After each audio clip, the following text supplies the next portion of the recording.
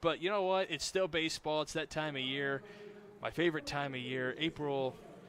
High school baseball around the region, softball around the region as well. You can't beat it.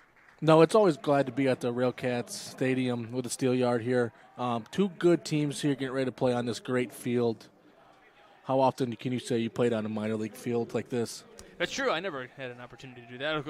I only played on a little league field when I was younger, so that's about it. But no, having the chance to play here, I know a lot of teams really enjoy coming here to play, and it's a cool opportunity. And it's a cool opportunity for us to sit here in a press box in a stadium, as you mentioned. So also out of the elements a little bit from our vantage point. So it's a fun atmosphere, and you got the Highland Trojans coming in 9-1 on the season, 3-1 in conference play, taking on the Hobart Brickies here today.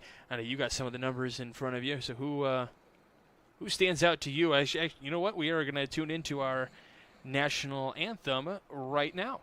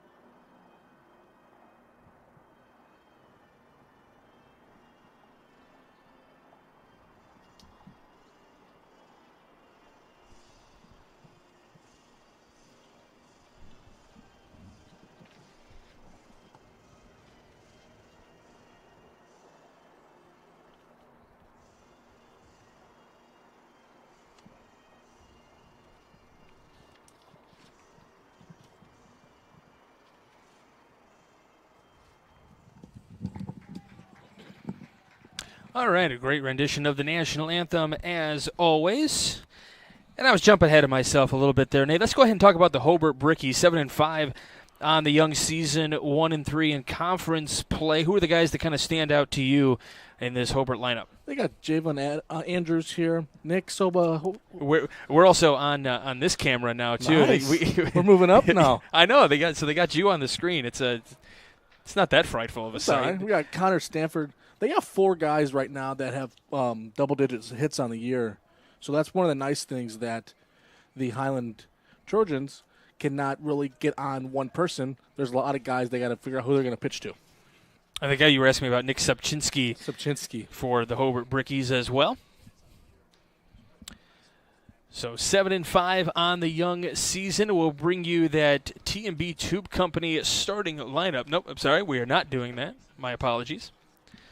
But we'll bring you the starting lineup anyway for the Hobart Brickies. Leading off, it'll be Javon Andrews playing center field today, followed by number 17, Nick Subchinski, the right fielder, along with Kyle Federick, the shortstop.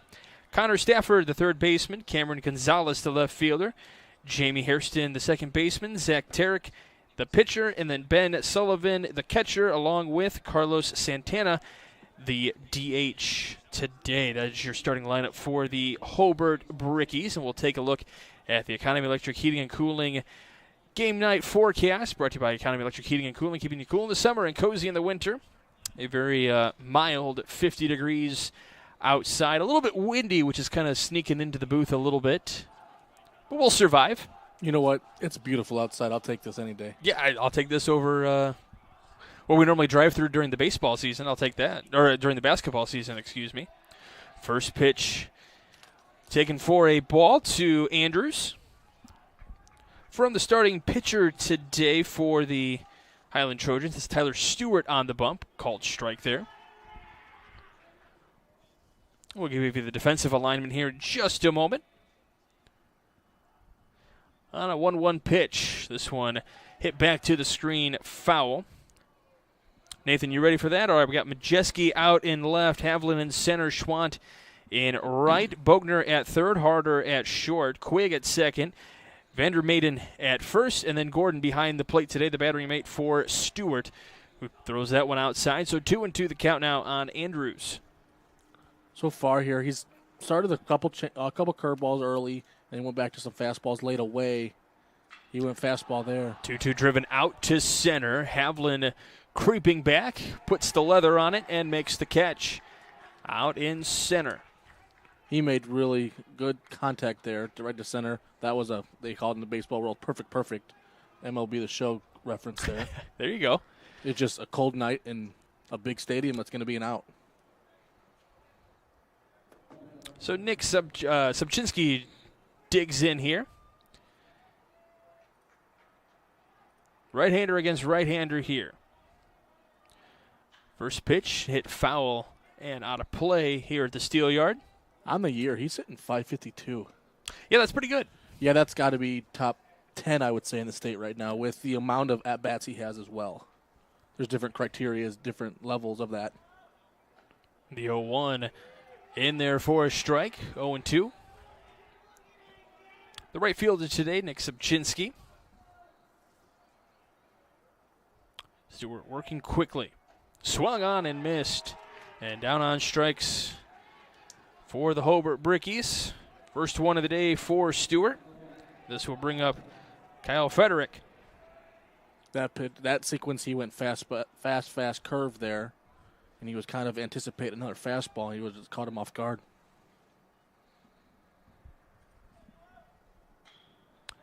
That one hit foul.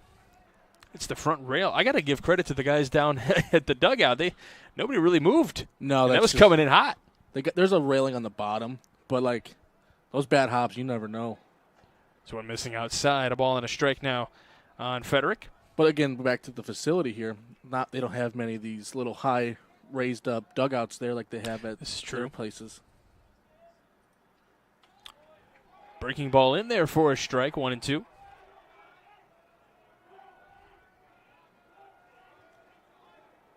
I know I'm always a sucker at any ballpark here on 1-2. I'll tell you about that in just a moment after that strikeout. We go 1-2-3 in the top of the first. We'll bring you the Highland order on the other side of the break. You're watching Game Night here on the Region Sports Network, the only game in town.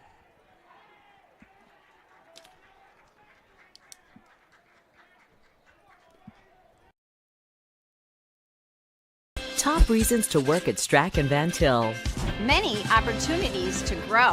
Flexible hours. Outstanding benefits like paid vacation time and holidays. Enjoy health benefits in a 401k plan. I always feel like I'm part of the team. Premium and competitive pay.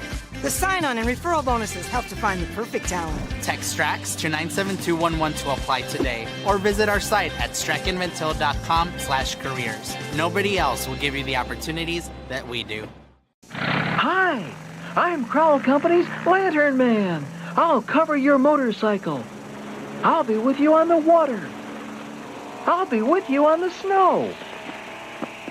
I'll cover your insurance needs wherever you go. I'll be at Crowell Agency from 9 a.m. to 9 p.m. As Crowell Company's Lantern Man, I'm your insurance superhero. Crowell Companies, the insurance professionals in Highland, Maryville, and Michigan City.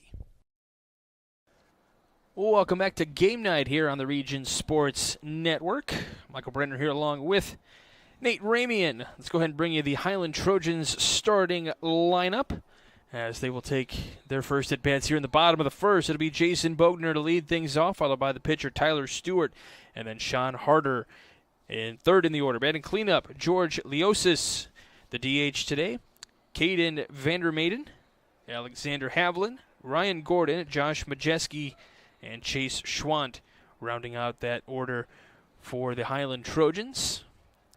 And defensively for the Brickies today, Gonzalez in left, Andrews in center, Subchinski in right, Stafford at third, Frederick at short, Hairston at second, and then Martin at first. Tarek pitching today for the Hobart Brickies, and Sullivan, his battery mate today, behind the plate. So Zach Tarek on the bump, as you were mentioning just off the air just a moment ago, Nate, 2-0 on the season. Yeah, he's 2-0. This will be his 5th appearance of the year. He has around a 3 ERA, not bad, and his strikeout to walk rate is 16-5. He's only given up 6 earned runs on the season. So in his 14 innings, only given up 16 runs. I'm sorry. There's the 1-0 to Bogner, missing just outside. 2 balls and no strikes. You don't have to apologize to me. It's okay. We make mistakes. Although, to be fair, this is not your first baseball, softball broadcast of the year, so no excuses at this point. You've already got one in. 3-0 the count now on Bogner. Thank you for that. Oh, he's got 2 in already. That's right. Nathan helping out on that one. Little dig action. And the 3-0 pitch, taken all the way, but called a strike on the outside part of the plate to Jason Bogner.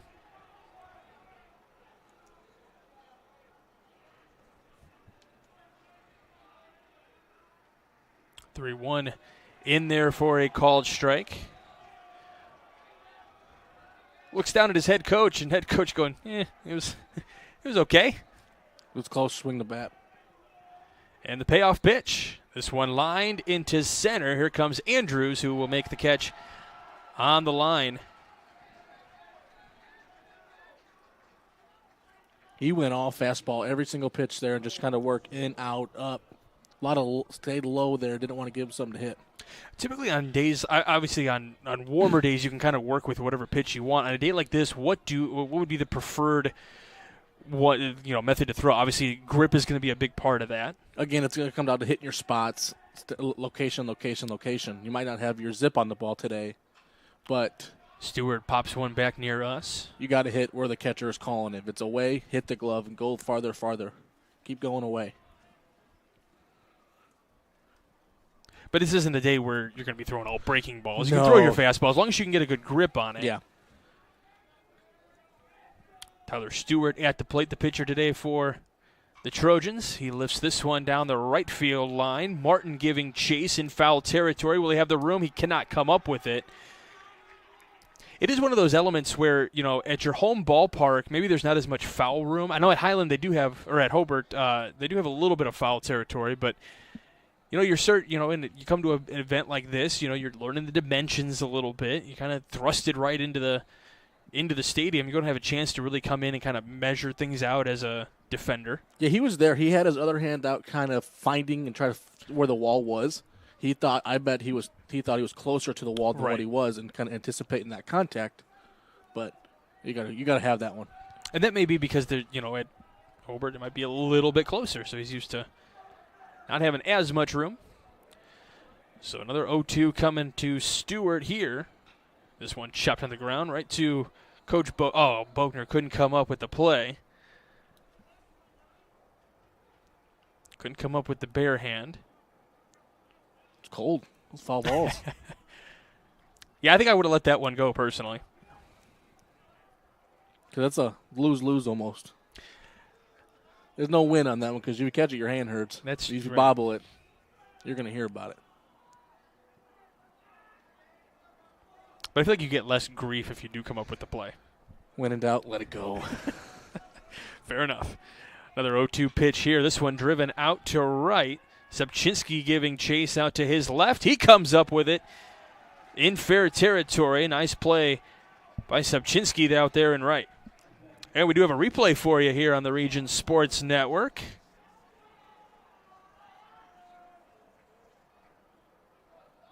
Really nice catch on the run. Looked like he did catch it in fair territory technically as he was running towards foul territory. Not that matters in the box score, as this brings up Sean Harder now, the shortstop. Breaking ball missing outside. So want to know the count? Just kind of getting started here at the Steelyard. 1-0 swung on and missed. Ball and a strike to Harder. Seems like when he gets in, he gets it and goes. Yeah. He works at a high pace.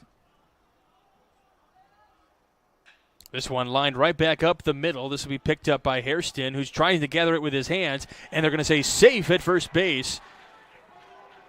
Hairston may have bobbled just a little bit, trying to get the hand grip on it, I believe, and we'll take a look at the replay here. It felt like he kind of bobbled it in that glove a little bit. That's good hustle. They'll run down to first. It was indeed. I'm going to give that a hit. What about? Yeah, I agree. Yeah. Not just conceding the out there.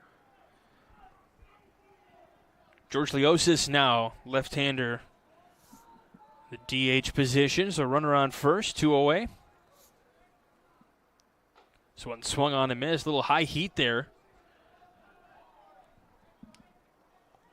from Tarek.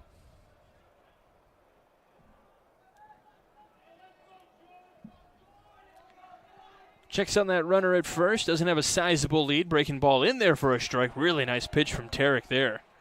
That's doing a good job of not being so like robotic, knowing what you're going to throw every time, making your own rhythm there.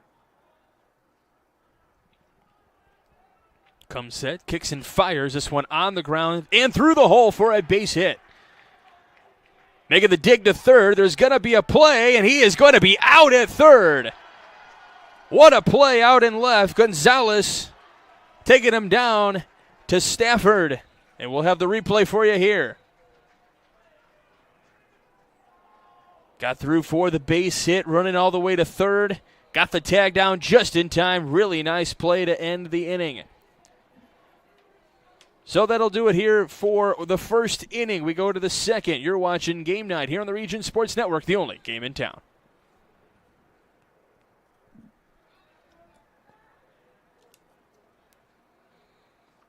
How this goes, that could be a candidate.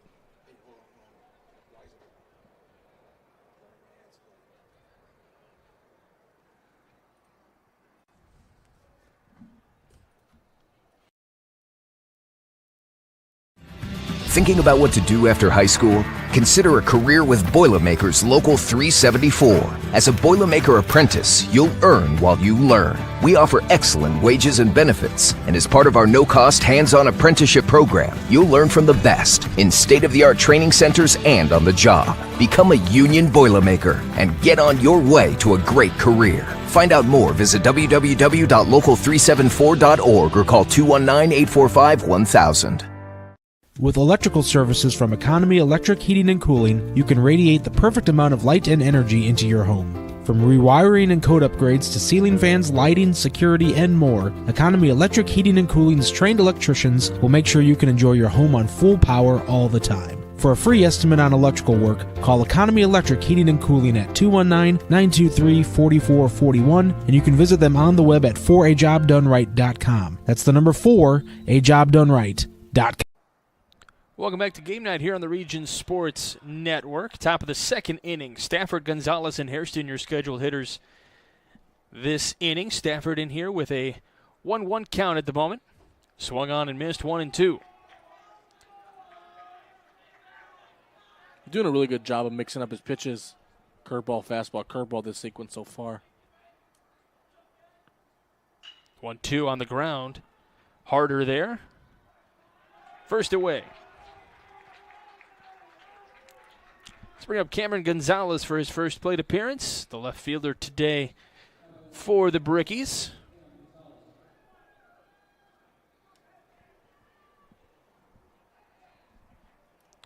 Left-hander in there going up against the right-handed pitching Tyler Stewart. He is one of the Hobart Brickies that have that have 10 or more hits so far this year. That's impressive. 10 hits already in the... Well, it feels like a young season, but we're already kind of like midway through the season at this point, starting in late March. 12 games so far they have played. Called strike there, so 0-2 on Gonzalez.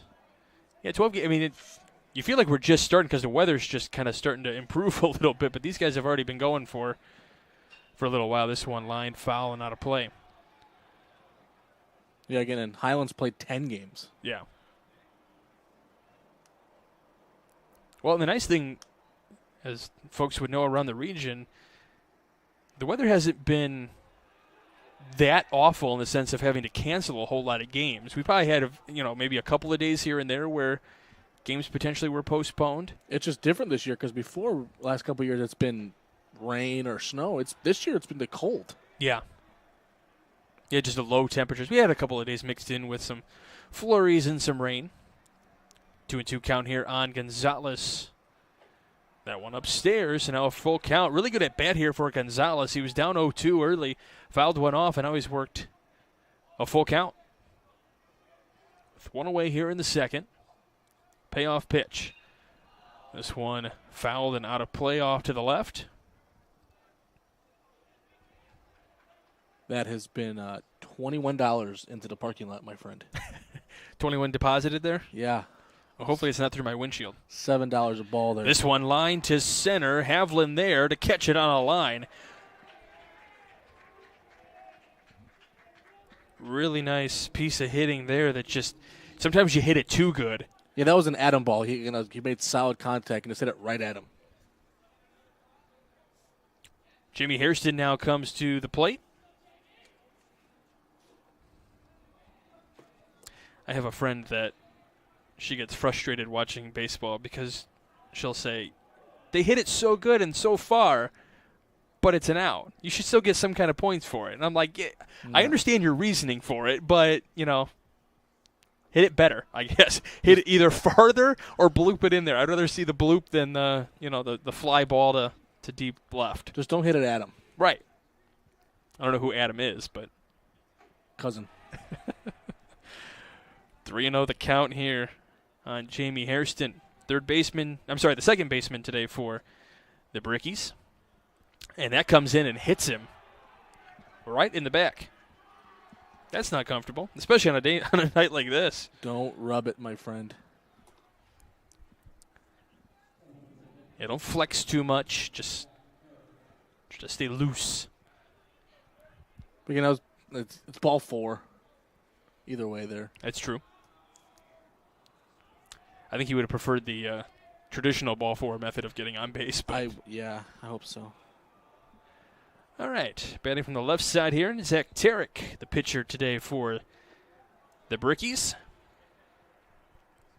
So Stewart with his first runner. First pitch up high.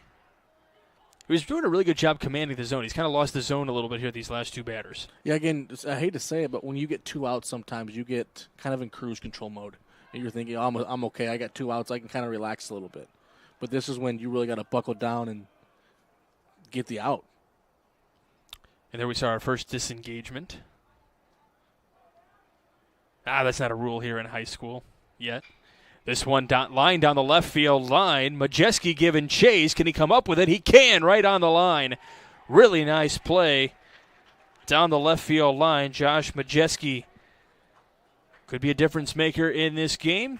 Time will tell. We go to the bottom of the second. You're watching Game Night on the Region Sports Network, the only game in town.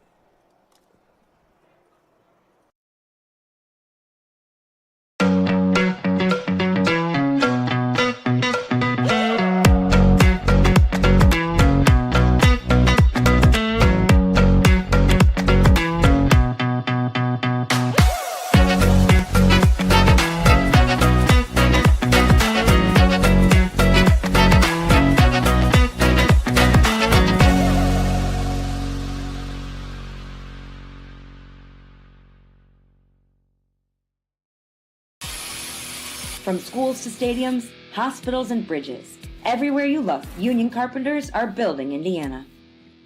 With jobs and skilled trades in high demand, there's never been a better time to start building your future. As an apprentice, you'll earn a debt-free college degree, earn while you learn, and receive great benefits like healthcare and retirement. So what are you waiting for? Visit carpenters.com to learn more.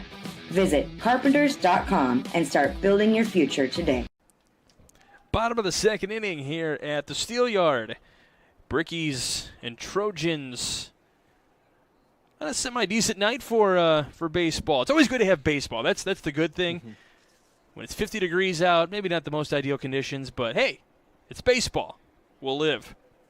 We got the booth open. We're pulling this Harry Carey style here. Second game of the night here. It is the second game of the night. We had Morgan Township, Boone Grove. Boone Grove won that one late. And that's what, it was a fun game in the sense that it was a close game, 2-1 for a good chunk of the time. And, a lot of times you come to this and you get, there's a blowout or whatever, which makes it not so fun. But when it's a tight ball game late, makes it really entertaining for the fans in the stands and then the players in the field as well, that they were able to, play in a close game. Hey, we were really close against Boone Grove over at the Steelyard. We got to play there. It was because they had second and third no outs in the seventh, and they didn't score. Yeah. All right, leading off, Caden Vandermaiden. This one lined into left. This will bloop in for a hit. Picked up by Gonzalez. Vandermaiden makes the turnaround first. Will scoot back, though, but a leadoff single for the Trojans. He did a good job of hitting a fastball early in the count, not getting deep and letting the pitcher dictate what happens. Alex Havlin now at the dish. Ryan Gordon on deck, your scheduled hitters. Josh Majeski in the hole. Swung on and missed for Havlin, center fielder today. He's already made a really nice play out in center. These teams know each other so well. They have like a shift on here pretty much. Second baseman's almost behind the bag. So it skips in the dirt, yeah. It's like they're in the same conference or something. Weird. Like with the Game Changer now, you have the spray charts. Yeah, that's true. You know where like their tendencies are, and that's such a great tool to use. Well, and it happens because coaches are willing to put that information on there, right? Some guys I'm sure don't want to put, but they kind of have to belay what the hits are. And honestly, it's easier to keep track of like the season stats and all that fun stuff. It's all there. Communication with your community, it's open. Yeah, it is. No, it's a great resource to use. This one line into right center. This will touch down, and this will be extra bases as Andrews and Sobczynski were playing a little too shallow. It will not score a run, though, but it's a double for Havlin. He did a great job of taking that fastball that was away and drove it the other direction to the right center gap. Didn't try to do too much with it. Didn't try to pull an outside pitch. Just took what he had. So now Ryan Gordon with a opportunity here to drive in a couple of runs. The first ones of the game for the Trojans.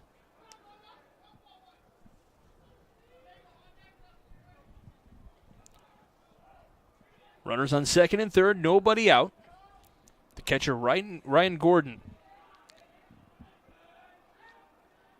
Going to do a pickoff attempt at second base, and it's going to get through the legs of Havlin, and that'll be an error on Tarek, and it scores the first run for the Trojans. He's just trying to make something happen there. Just made a bad throw. Just trying to catch that runner off guard. But that's something you can't have. Give the other team runs. Correct. So 1-0 Trojans here. Now it just kind of changes the momentum a little bit for Gordon's at bat here. First pitch missing upstairs for a ball. I guess I should ask you. You're the analyst.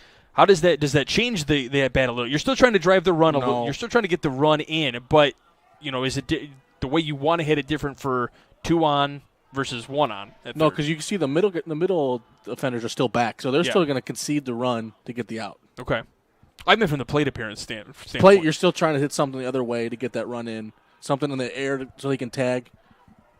No double plays here is big. Pitch missing for ball 3.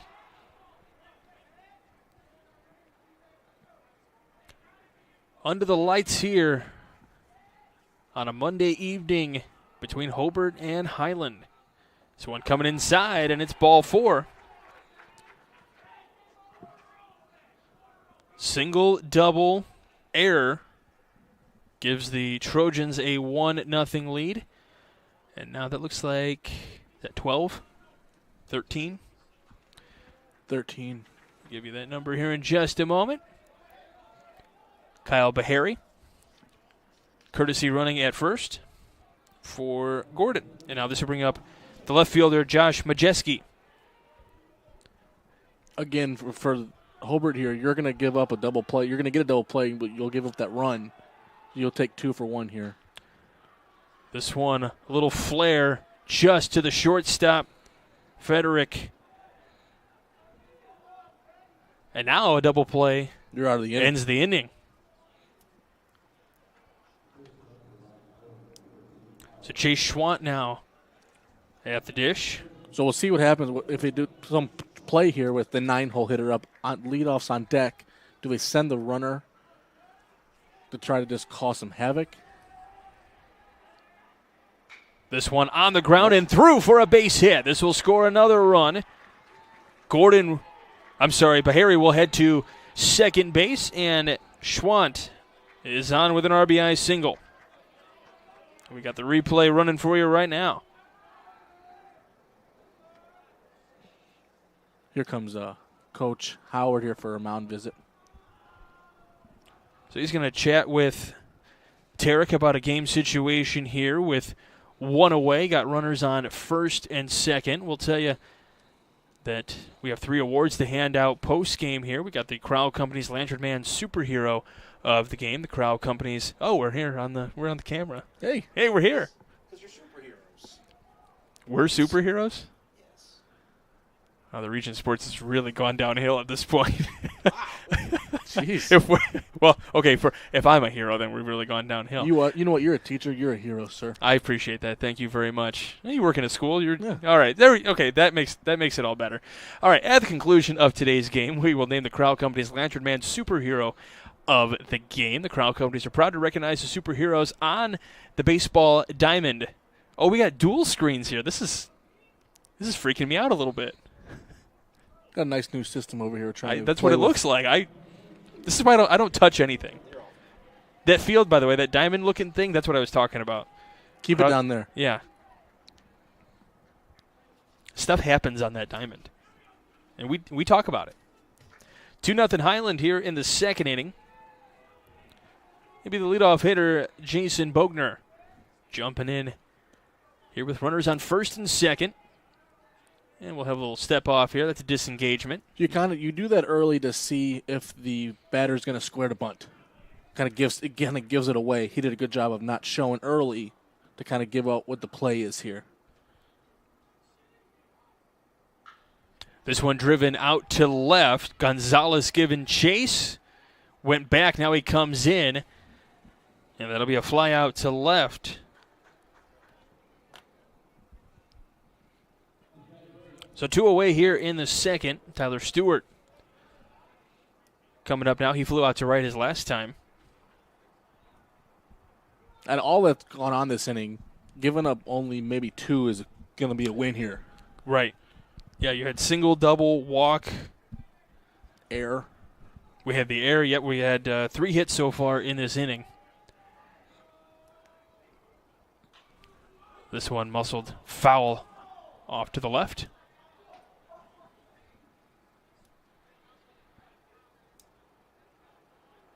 Highland's doing a really good job of just hitting the fastball. Not letting the Hobart pitcher dictate what's going on in this game. Don't get to their second, third pitch that it's not as easy to hit. Yeah, make him force him to throw something that you like versus what he likes. So it's a high heat for strike 2. And we'll have a little. So what happened there was they got mixed up. With the runner on second, might have different signals with the catcher to the pitcher there. And he was not looking for what he threw there. Gotcha. Just saying pitch comm wasn't working there? Something like that. He tapped it, too many buzzers or something like that. Do you like that? The pitch comm? Yeah. I'm okay with it. I know this year they've also instituted where the pitcher can call his own game and the catcher can kind of just, relax. Second baseman still shaded up the middle. It's legal, though. He's on the. It is legal. This one lifted in the air, foul. Of course, we're mentioning these rules that are not implemented in high school baseball. We're just mentioning them in case you're an MLB fan. Still fun to talk about. Now, if we want to get real fancy, Nathan, we got to get an umpire cam. Soon. It's coming, coming soon. Maybe we can get to a production near you. This one on the ground and through for a base hit. Into left center. Run coming home to the plate. It's cut off. Everybody's safe. It's a double for the pitcher, Stewart. Just hit a fastball hard up the middle. Right where the shortstop was shaded a little bit to third and hit it right up the middle. Sometimes it's better to hit them where they're not, right? Definitely. So we will have a courtesy runner.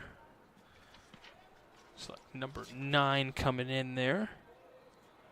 Cash Washik coming into pinch run as Bahari came around to score.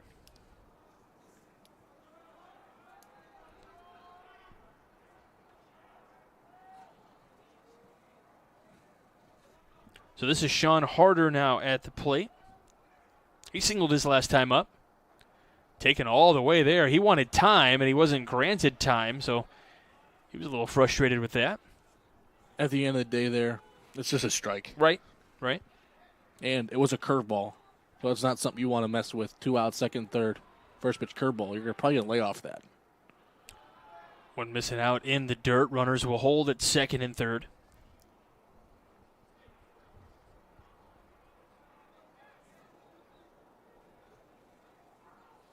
It is different, though. I've watched a few games here at the Steelyard over the years. It's weird to watch the outfielders playing so shallow at this level. Breaking ball in there for a strike. He's got 2 breaking balls over in this at bat. They've both been really nice. Yeah, he's doing a really good job with that right now. Coming back after some adversity this inning and having the confidence in this pitch to do that.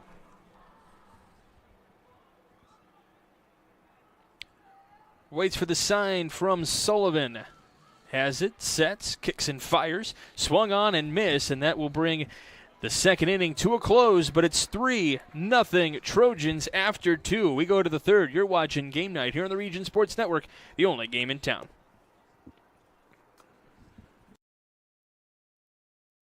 Develop skills that will last for a lifetime with an apprenticeship with the Bricklayers and Allied Craft Workers Local 4, Indiana, Kentucky. The apprenticeship and training program is committed to developing highly skilled bricklayers, terrazzo workers, and ceramic tile setters to provide the construction industry with the best hands in the business. If you are currently working non-union and want better pay with benefits, or if you think learning a new skill with a paid apprenticeship while you earn your associate's degree is the right path for you, visit baclocal4.org/training to learn more about the apprenticeship program. Are you built to succeed?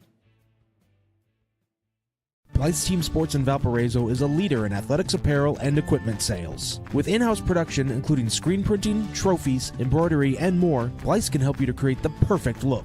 For more information, visit them online at teamblythes.com. Blythe's Team Sports in Valparaiso, where the athletes shop.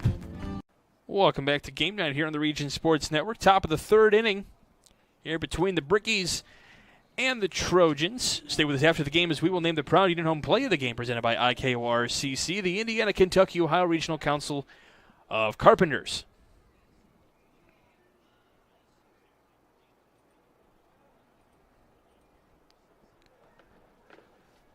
So leading off here in the third, Ben Sullivan, the catcher.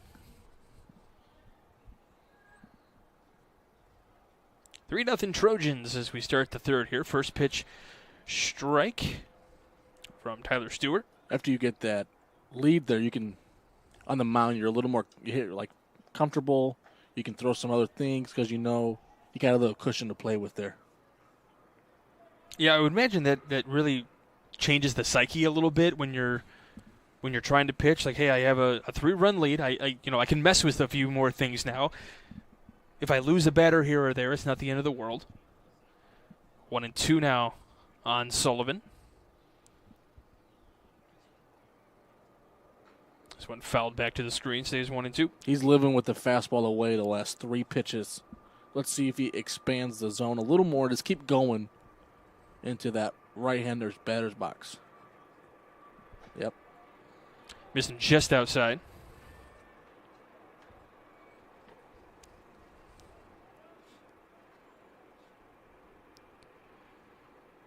Comes the 2-2. Swung on and missed Strike three. Third strikeout of the day for Stewart. So bring up Carlos Santana now.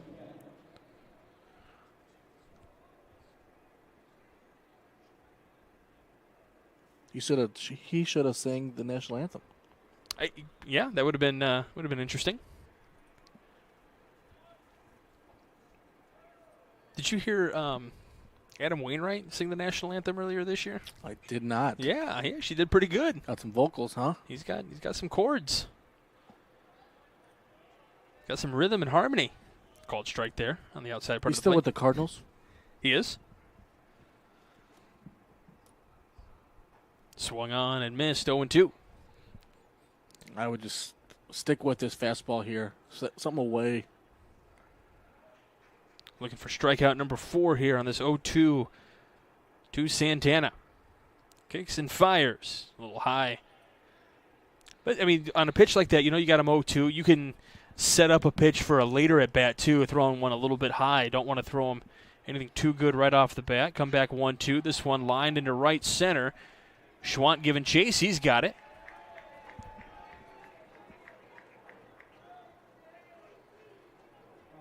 So back to the top of the lineup with Javon Andrews. Flew out to center his last time up.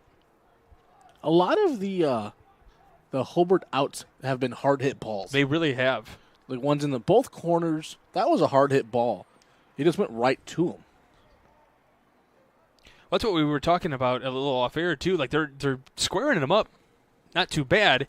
Breaking ball in there for a strike on Andrews. They're squaring him up and they're getting some hard contact. They're just hitting him right where they are. So the second time through here with the leadoff hitter, he starts him off with the curveball as well again. Back-to-back pitches of curveball here. So that's probably something again in their scouting report. He chases a lot or he likes the fastball. So let's give him something he does not like. 1-1 breaking ball in there for a strike. That's just a confidence thing for him to say, I can throw this 3 pitches in a row and see if you can chase or not. And he'll step off. So, question for you. When it comes to prepping as a coach at the varsity level, whether it's football or basketball or whatever, are coaches giving each other film, or is that the coach going to other games and watching the tendencies as this one is airmailed about everybody? That's sport by sport. With baseball, some teams have a game changer. They have a new live stream feature. You can put it to the back of your backstop there, and you can do it so for people that are not here. I don't see any on any of the backstops here because they should be watching our stream. But It's called strike 3. What a company guy you are. I know for football, all the coaches have it that night. All the DAC schools, the conference, any conference, they all have it. Basketball the same way. Huddle picks a lot. All the camera systems have it, and they're all great. All right, well, we're going to step aside for just a moment. We got the bottom of the third coming up. You're watching Game Night of the Region Sports Network, the only game in town.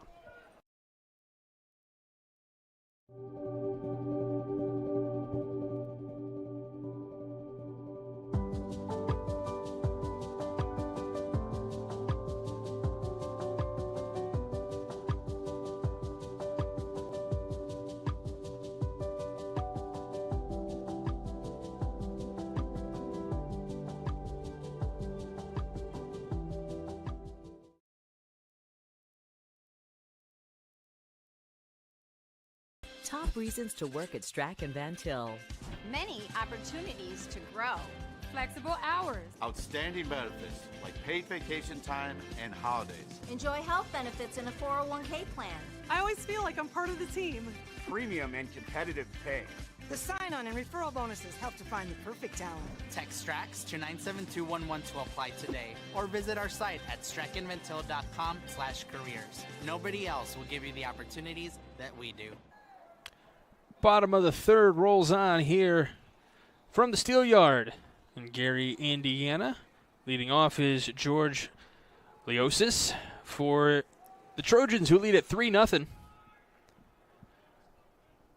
Big shout to Noah Simmons and his crew with the amazing facility here. The upgrades that they have coming. It's getting all new press boxes up here next couple of years. Last year they got brand new sod all through the whole outfield and infield.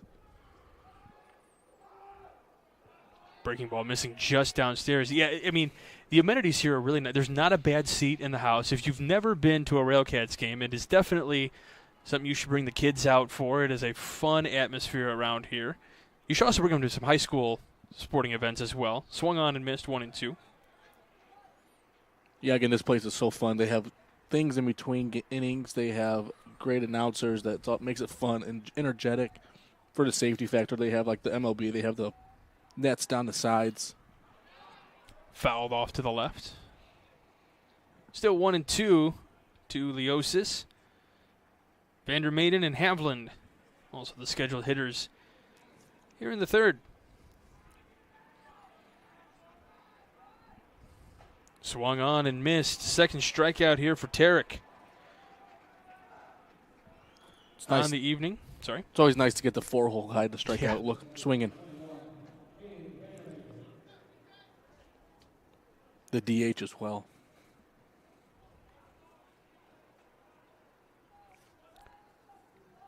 So Caden Vandermaiden here. Singled and scored back last inning. Takes the first pitch inside for a ball. 1-0. Trojans were able to scoot 3 across here in the second inning. Would like to get a few more here in the third.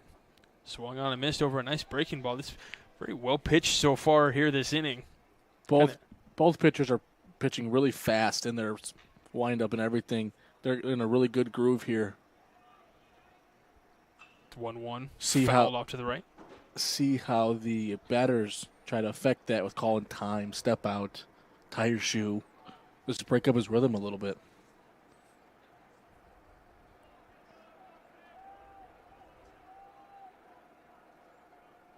As the side kicks and fires the 1-2, this one on the ground. Be the third baseman Stafford across the diamond for out number 2. What was always your method? You tying shoes, you fixing gloves? Yeah, I always do my gloves. You I always was a glove gloves, guy. okay. When I played, it was a little different because, no offense now, we had like in the Duneland that year, 10-plus Division I baseball players. Okay. LaPorte had about 4 with the Up brothers. Couple other guys. Valpo had Jarek Suter went on to play with TCU and the Cubs and the Pirates. We had Tony Checky. He went to Michigan State and played here for a couple years. A couple other dudes at Lake Central. Every night was a battle. As most nights in the DAC are, yeah. No matter what sport you're talking about. Alex Havland at the dish right now. He doubled his last time up and scored a run. Like I think every school had at least one Division I kid. Pitch missing upstairs, 3-0 now.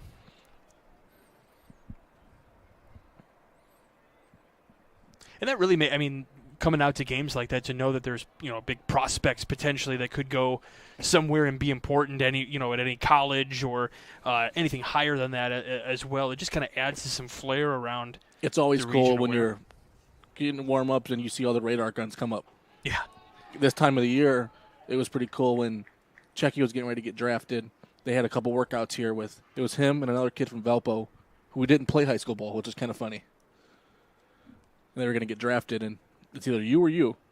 Whoever had a better day got drafted that year. There you go. So this will bring up Ryan Gordon. Walked his last time up.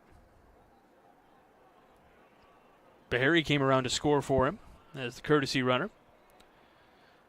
This one on the ground, first base side, and they are going to say foul.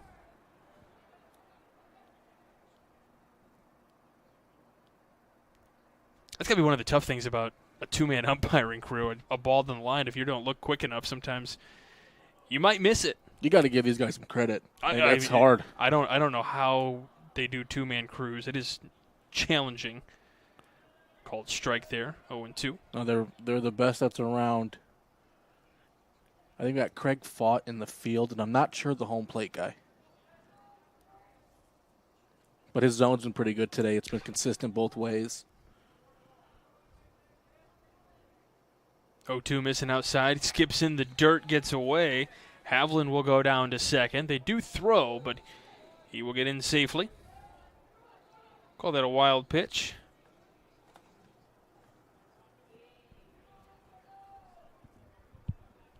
And it's always fun to watch, kind of, especially from our vantage point.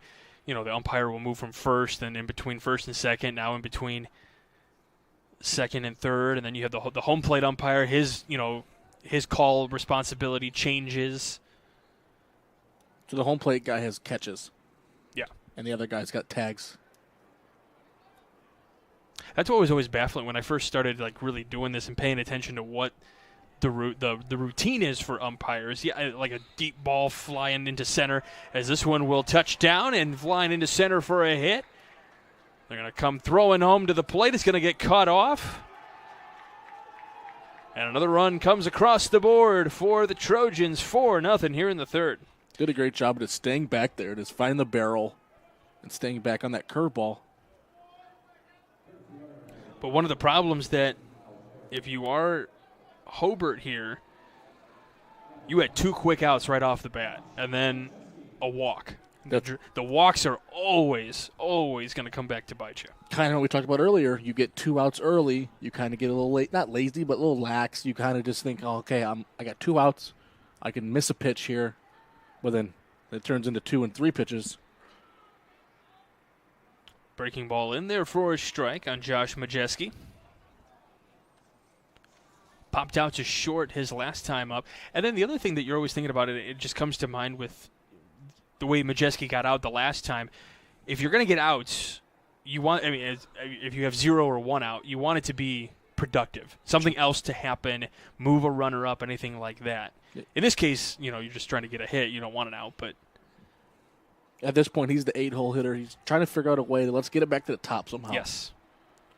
He's got a job to do. 9 holes guy's got a job to do. Let's just get it back to the top. Yeah, his job would be right now to find a way to get on base, whether it's a walk, whether it's an error, whatever the case may be. You got to run hard to first, because if you can get that number 9 hitter up, even if we get out of the inning, at least we start the next inning with the number 1 hitter. Sure.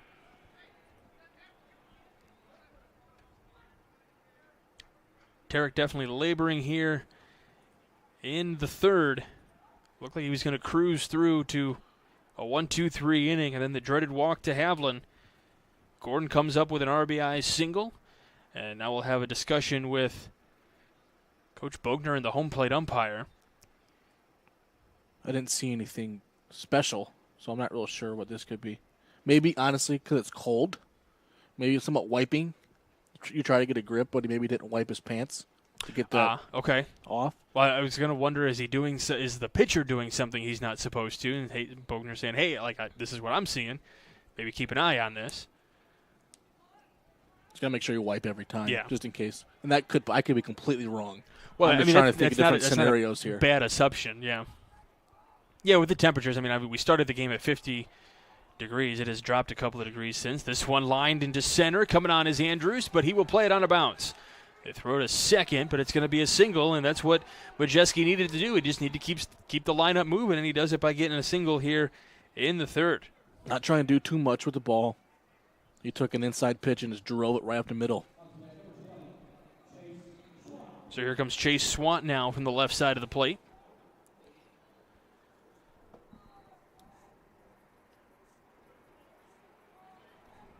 Two away in the inning. 2 on. 1 run in.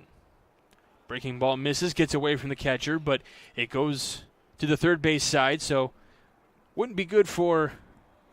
I didn't see, did we have a courtesy runner that came in at second? I did not see if we did. We had one for the catcher. That's what, yeah, that would be the guy on second. Did you see a number? I did not. Okay. Not Apologies a fan of these blue on blue. Breaking ball on the outside part of the plate for a strike. Turn your back, young man. Sometimes they have it in the front, a little smaller one, right there, bottom right. This is what I get for not bringing my binoculars. Because I'm 70. Breaking ball in the dirt. 2-1 now. You waving to the semis on the highway there.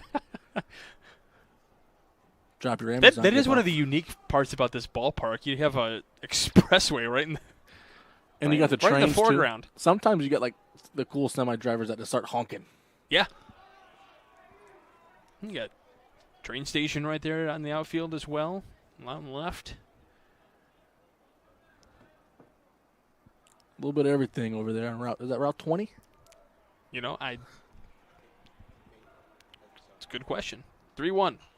So a line foul out to the left. Man. I relate to Nathan for those things. Nathan knows all. I thought he was the king of Lake County.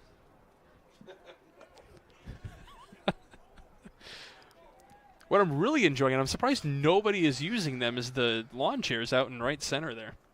Why would you not want to grab one of those? Pull up, grab a dog and a beverage, and sit out in the berm. That's a walk. It is a little bit of a walk, but that's all right. That'll be cool. Get a little tan. The fluorescent lighting. From the LED sign out in center field. There you go. Railcat fans. This one popped up. This will get out of play. So we'll do it again, another 3-2. Tarek wanted that one. You can see he's coming off the mound. He really wanted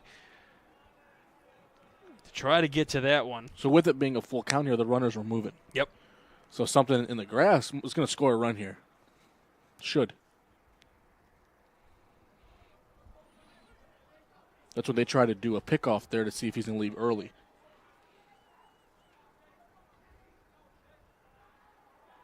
Comes set, and here's the payoff pitch on the way. Line foul again. Playing spoiler now, getting that pitch count up. I bet Coach Howard has some.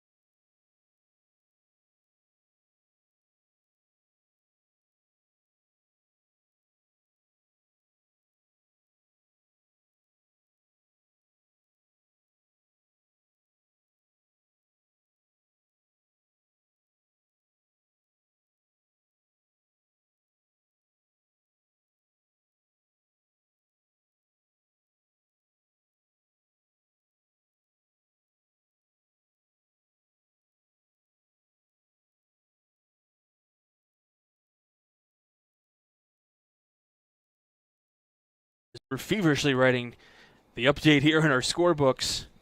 When was the last time you seen an inside the park grand slam? I don't live. Never. Me personally, I know they've happened. Sure. And there wasn't a bobble or that wasn't an error. He just hit it in the absolute right spot. The only bobble was at the home plate, but it was just a bang play. That wouldn't be an error. So Nope. you can't say triple and score it on an error. That is an inside the park grand slam, and that might be our. It's gonna be hard pressed to find another candidate for our Brown Union home play of the game. Brought to you by IKORCC. We're also gonna name a Boilermaker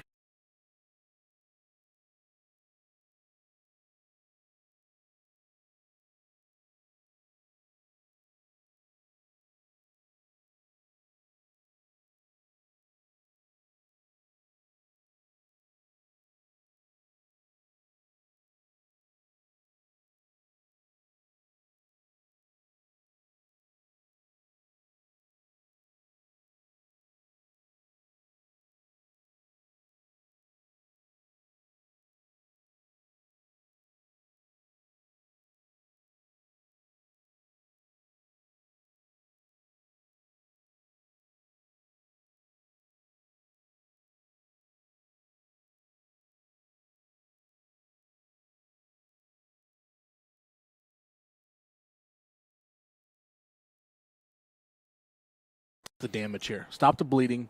1-1, skips in the dirt. 2-1 now. Now, I say this because I've seen this many times. I haven't seen it inside the park Grand Slam, but I've seen this many times as this one is lifted in the air to center. Coming on is Andrews, and he will make the catch out in center. It's not out of the realm of possibility to come back in this game. You just got to start now here in the fourth. We're going to step aside. You're watching Game 9 of the Region Sports Network, the only game in town. Hi, I'm Crowell Company's Lantern Man. I'll cover your motorcycle. I'll be with you on the water. I'll be with you on the snow. I'll cover your insurance needs wherever you go. I'll be at Crowell Agency from 9 a.m. to 9 p.m. As Crowell Company's Lantern Man, I'm your insurance superhero. Crowell Companies, the insurance professionals in Highland, Maryville, and Michigan City. From schools to stadiums, hospitals, and bridges, everywhere you look, union carpenters are building Indiana. With jobs and skilled trades in high demand, there's never been a better time to start building your future. As an apprentice, you'll earn a debt-free college degree, earn while you learn, and receive great benefits like health care and retirement. So what are you waiting for? Visit carpenters.com to learn more. Visit carpenters.com and start building your future today. Welcome back to Game Night here on the Region Sports Network. Top of the fourth here at the Steelyard. Cool experience for these young men to get to play in a little bit bigger ballpark than maybe they play in their home fields at their respective schools. Nick Subchinski will lead off for the Brickies. We're in the second time through the order for Tyler Stewart, the pitcher for Highland. This one chopped on the ground, picked up nicely by Bogner over to third, and they will quickly step on first. They're saying, no, he's off the bag. So an infield hit, and hold on, Bogner's coming out saying, hold on, wait a minute. First off, we'll say what a really nice play. I don't know if Nathan got the replay of that. What a nice play at third by Bogner just to get that one and then throw across the diamond. Did he step on first in time? It looks like he's out to me based on the replay. Now, the only thing I can think of is he did not come back and step on the plate. I'm sorry, on the base. It looked like he did, though, on the replay. He's going to go ask for help now. So he can see that. So... Did you see? Based on the replay that we see here, they're gonna stay with safe, and that's a big call. So Subchinski is on with an infield hit. That's an error. You think that's an error? That's a throwing error from the third baseman. I guess it was off the bag. You're right.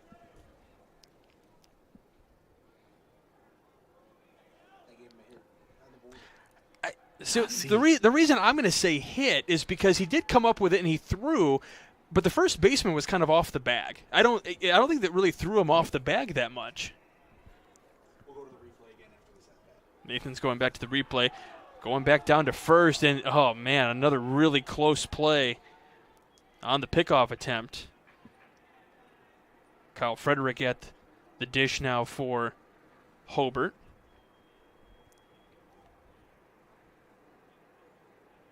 Thrown over again, back in safely. Nathan's going to check the replay for us here.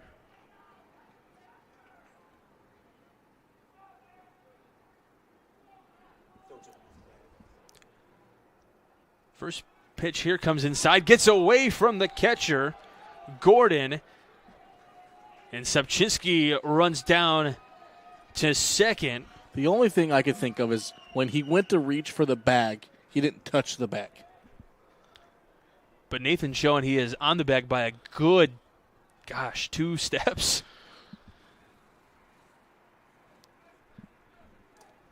I'm going to quit looking. Because that could be a momentum changer here with the runner on second. And things kind of imploding a little bit now. A wild pitch. This one line to right. Schwant is on, makes the catch. There goes Subchinski down to third, and he is going to, he's going to slide in safely. Head first, and I don't know, tries to do a little, I don't know, was it scorpion action. What was that, like a back tug? What? It's an interesting swim move, but yes, he is safe on the tag up. With a butterfly backstroke combined. Just trying to flip over the bag, trying to avoid. It's kind of like, what was that? Chris Coughlin that one time jumped over Yadier Molina to hit home plate. Yeah.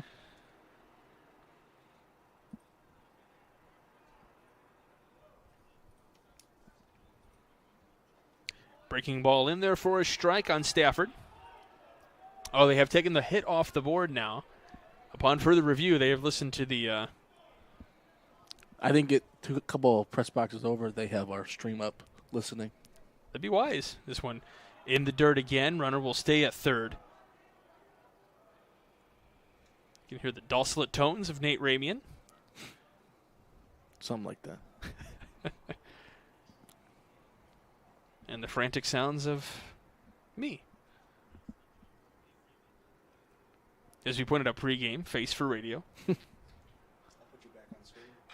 This one chopped right to third. Bogner going to make the throw to first, and that will end. I'm sorry, that's the second out. So a run does come across the board for the Brickies. That's the same as the sacrifice there, so it's an RBI for Stafford. Zepchinski comes in, and here comes Cameron Gonzalez now. Lined out to center his last time up. 2 away in the inning. This one fouled straight back to the screen.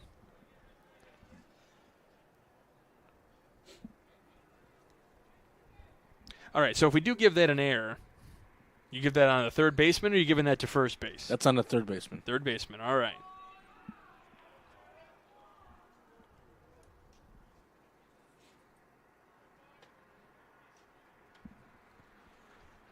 All right, I'll change it. Breaking ball in there for a strike, 1-2. I will give in to the peer pressure, gentlemen.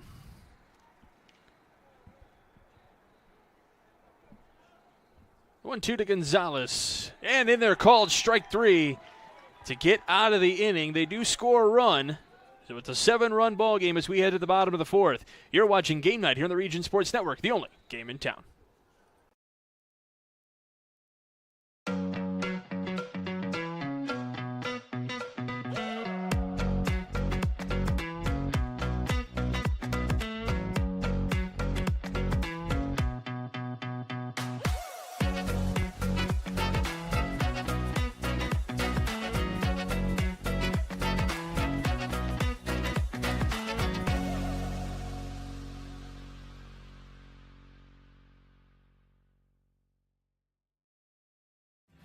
Thinking about what to do after high school?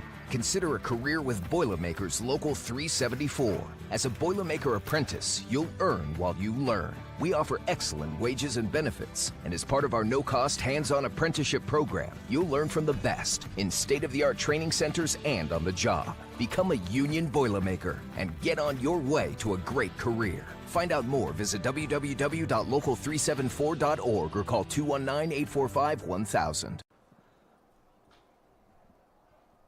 Bottom of the 4th inning here at the Steelyard.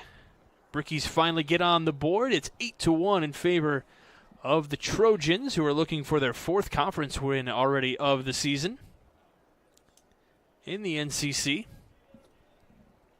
And it's hard to believe, Nate, we were talking a little bit before the game, but already this coming Sunday is the sectional draw show for both baseball and softball.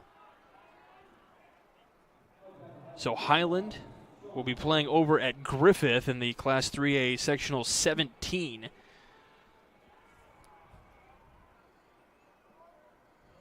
First pitch to the leadoff hitter, Sean Harder, who's 1 for 2 today.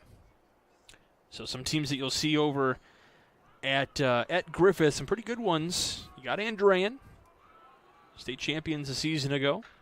This one lined, or a pop-up into center. Coming on is Andrews, who will make the catch while the flow takes the cap off.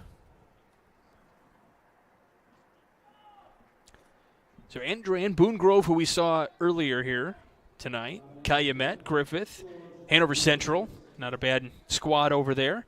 Highland, Rensselaer Central, and then River Forest. So those are your teams that Highland may have to go through to get a sectional championship over in Class 3A Sectional 17. I think two of the teams, Andrean and Hanover, are both ranked in the top 10, I know. Andrean would make sense, and I've watched Hanover once this season as it's George Leosis at the dish, 0-1 on the count, now 0-2. It wouldn't surprise me. Very, very good squad over there. A couple years removed from a state championship appearance. This one lined on the left field line and foul.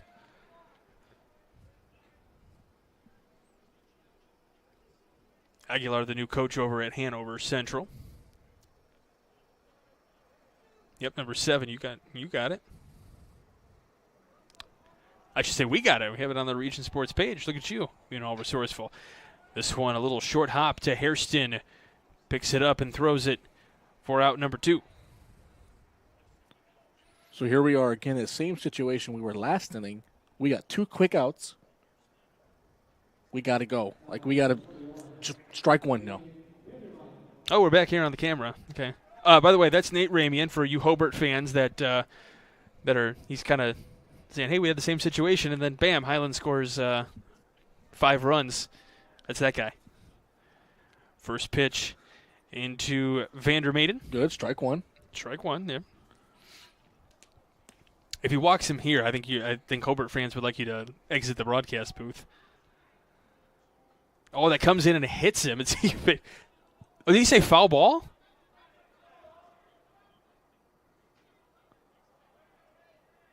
He may have said foul ball. It may have hit the bat. All right, we'll strike 2 then. You got to sell that. Right. I mean, I could hear somewhat of a thud. It just didn't sound like the thud of a bat. NBA finals are going on. You got to learn some of this flopping stuff right now.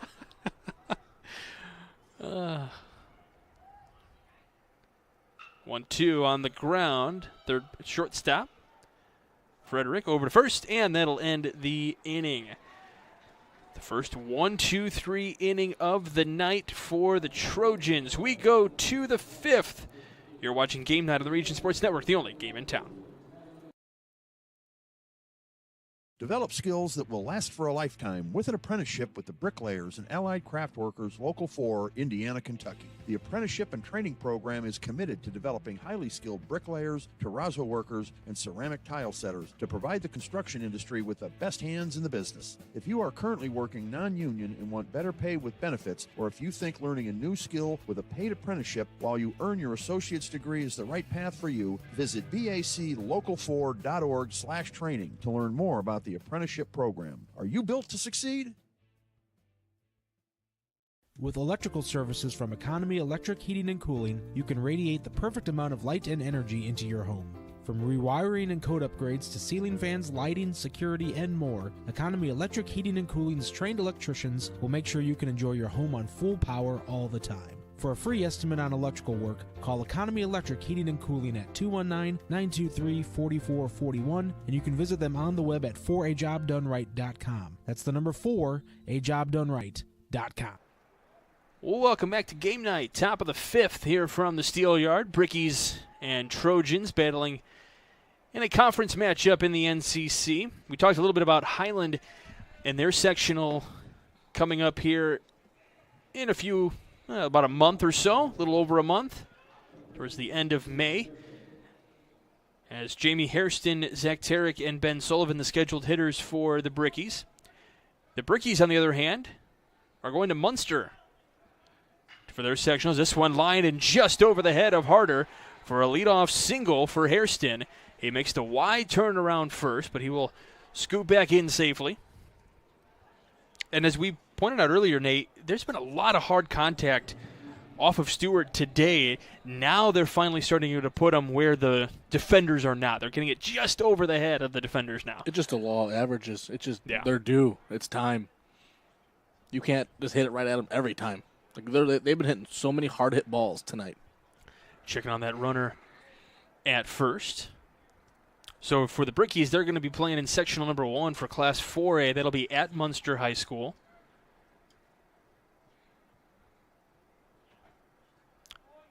Called strike on the outside part of the plate against Tarek, who flew out to left his last time up.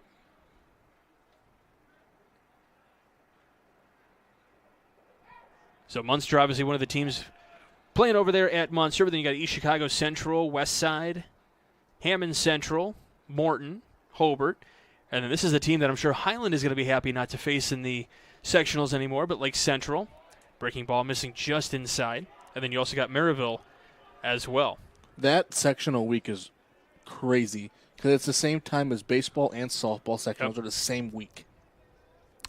I know Nathan particularly loves that week in terms of trying to schedule which games we're going to do and then announcers for those games. Yeah, and then they get food poisoning. Yes. Ouch. That was a minor dig. And that wasn't sectionals, that was regionals, but yeah.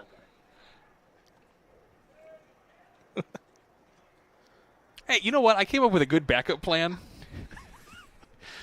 And I really did. I don't know what I had for that regional Saturday. I was supposed to call what would have been a triple header over at Griffith. And that was making, really following Hanover Central. That was the year they went down to the state championship.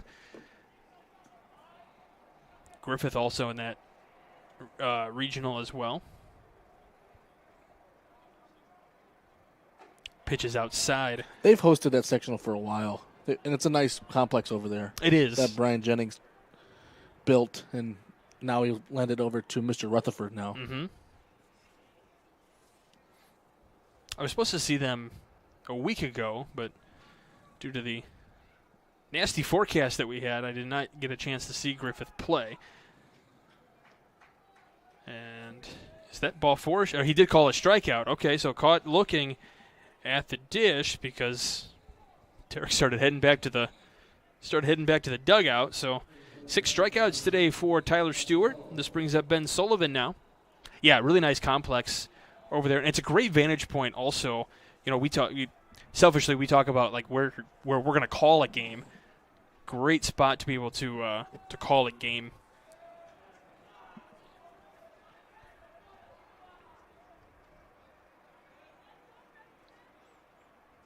But if you are a big baseball fan, you want to watch some baseball, especially as the weather starts to improve a little bit. This one lined out to left. Majeski giving chase. He will make the catch for out number 2.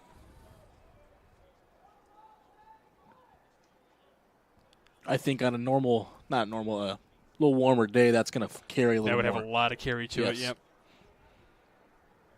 But solid contact there. But obviously 2 teams you may want to go watch, 2 teams that just won state championships last year in Drain, Ileana Christian as well. They have a really nice complex over there as well. I think. Right by shoe corner over there. This one bounced foul. It's Carlos Santana at the plate. Last year when I was at Portage, we went to Ileana Christian, and I honestly think they have one of the nicest dirt, grass facilities in Northwest Indiana. It is. I mean, it is spectacular over there. They have golf fairway, yeah, like outfield, infield. Coach Vanderwood doing a really nice job with that program over there. Mm-hmm. Both sides. Their softball team's top 10 in the state as well. Yep.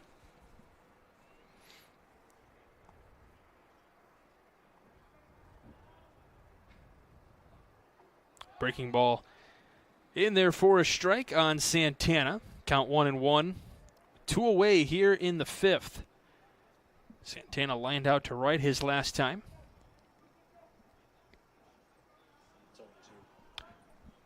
Excuse me, 0-2 on Santana. This one popped up our way. Nate's in the catching position. Saving your life there. He was. He got it 2 hands. 2 hands. I didn't want you to get hurt. No, the first thing you always do is protect the equipment. Mm-hmm. That is. There's a lot to my left and behind me. Well, that's not our equipment. This one in the dirt. No. Well, that one, yes, to our left there. That's the camera that Justin's got over there. Maybe we could ask Nate for his soccer skills. He's a goalie, maybe. Well, I really don't like my particular spot here. This one coming up near us. I don't like being in the middle of you two when you're calling him Nate, because I know Nathan doesn't like to be called that. So I don't like to be in the middle of that. I'm going to take a big move backwards on that one. 1-2 here on Santana. Breaking ball missing just outside. Really nice pitch from Stewart. You can tell he wanted that one. Yeah, again, he was really working. That was a curveball away. He thought it hit that corner there. So 2-2 the count. Santana digging back in here. If he gets on, he'll be back to the top of the lineup with Andrews. This one gets all the way to the backstop. So this will advance Hairston down to second. We have seen Stewart pitch really, really well, but they also have some wild ones here so far today. Again, he's just trying to when he does that, he tries to overdo it a little bit, overthrow. If he just stays with what's working for him, what's got him this far so in the game, he was very successful. Well, he's got to be thinking, I want to get out of this inning. I want to be done. I want to score 3 runs and walk this thing off. That one comes inside, and it's ball 4. So they turn the lineup over, which is something that Hobart has had an issue doing, but they get back to the top of the lineup. This will be the 3rd time through the order. And you never want to walk the 9-hole hitter. Right. Especially when it is the DH in this case. And he's just doing his job. Again, that's what he's there for. This brings up Javon Andrews. Again, we will name a Crowell Companies Lantern Man superhero of the game at the conclusion of this one. Crowell Companies are proud to recognize the superheroes on that diamond-looking thing you're looking at. Breaking ball missing upstairs. 1-0. So that's the 3rd time in a row he leads him off with a curveball. That's a respect thing. Checks on runners at first and second. This one hit to the shortstop. It gets through under the glove of Harder, who was probably shaded a little bit by the base umpire. He had to move out of his way as another run comes to score for the Brickies. It's an RBI single for Javon Andrews. Again, you lay off that curveball early in the count, and he hit the fastball. Here comes coach, for the pitching coach here. So this brings up Nick Subchinski. And if you're Stewart, you're thinking you had that one strike for the final out, potentially. And that kind of sits in the back of your head, I would think, a little bit.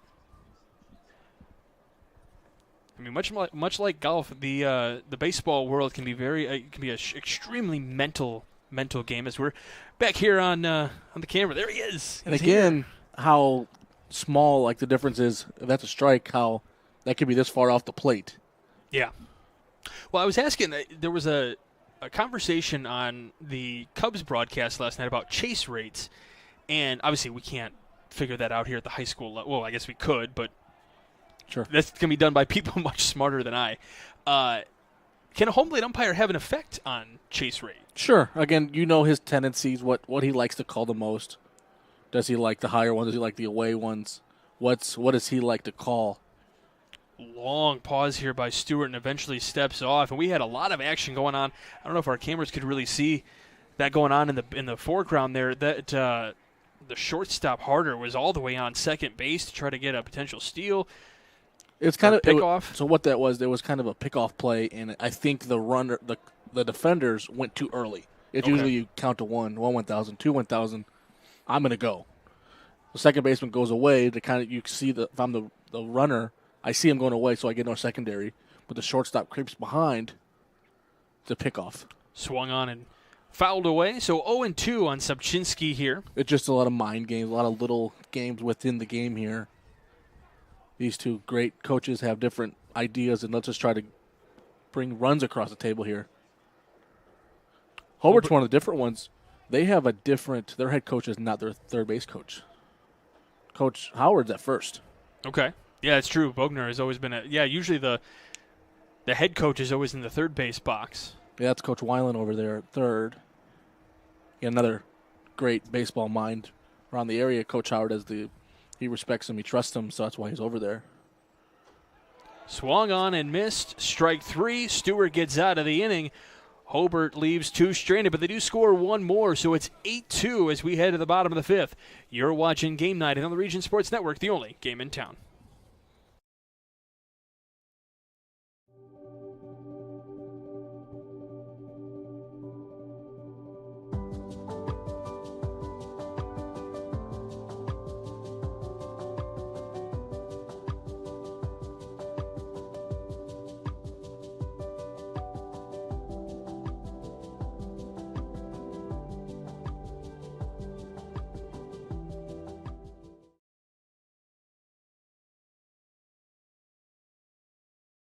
Blythe's Team Sports in Valparaiso is a leader in athletics apparel and equipment sales. With in-house production including screen printing, trophies, embroidery, and more, Blythe's can help you to create the perfect look. For more information, visit them online at teamblythes.com. Blythe's Team Sports in Valparaiso, where the athletes shop. Welcome back here to the Steelyard, where we have the Highland Trojans coming to bat here in the bottom of the 5th. Let's see if they can get some more courtesy runs here. Turek is still on the mound for Hobart. Throwing a good game. Just not some luck behind him. Let's see if he can stay ahead here. Work ahead, stay ahead against these Highland hitters.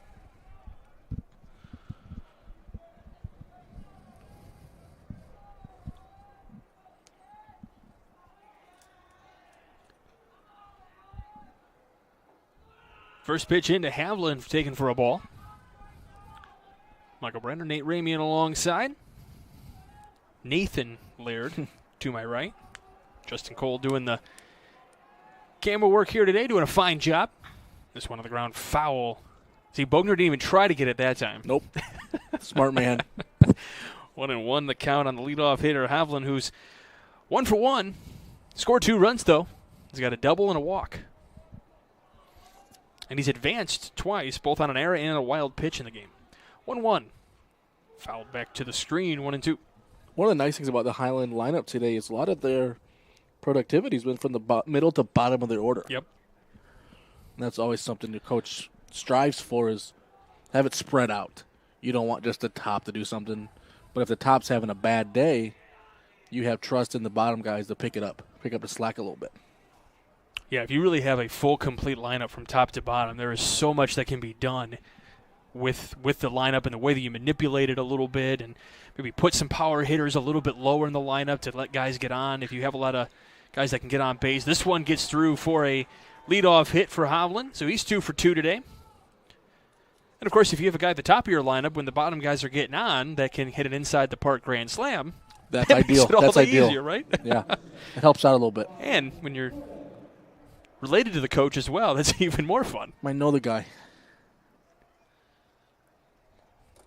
But if he didn't get it, there would be a long discussion at the next family event.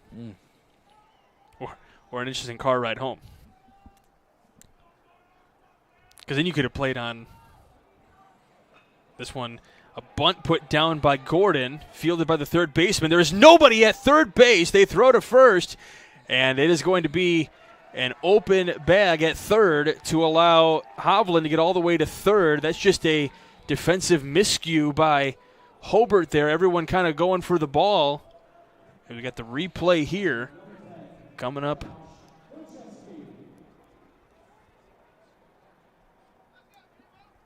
So what would ideally that situation have been? Well, the shortstop probably should have gone, correct? Yes. Infield will move in here on this one. And I believe infield, the umpire tapped his head. Does that mean infield fly in effect? No. Or he would have to point to this guy, correct? Yeah. This one lifted in the air. Andrews coming in, making the catch. They're going to throw to the plate. It's wide, and it's going to get all the way to the backstop, and it's going to be an easy run as Hovland comes in.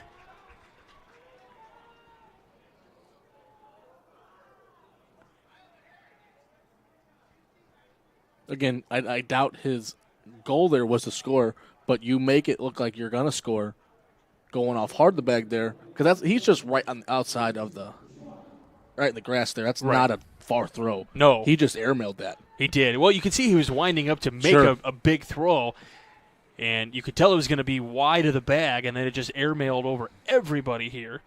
So 2 outs. First pitch to Schwant is outside. Now it's 9-2. If Highland scores to get to 12 runs, it's 10-run rule after 5. So this one popped in the air off to the left side. So 3 more runs and this ball game is over. And that's why for Hobart at the top of that 5th, it was imperative for them to score some runs to try to prevent anything like that from happening. They've been just grinding all day. They have. They have. They've been just gritty and just not getting that pump right across. They're just right there. Well, and this would be a really close ball game if not for that inside the park grand slam by Bogner. This one lined and through for a base hit. Making a wide turn is Schwant, and he will head back to first.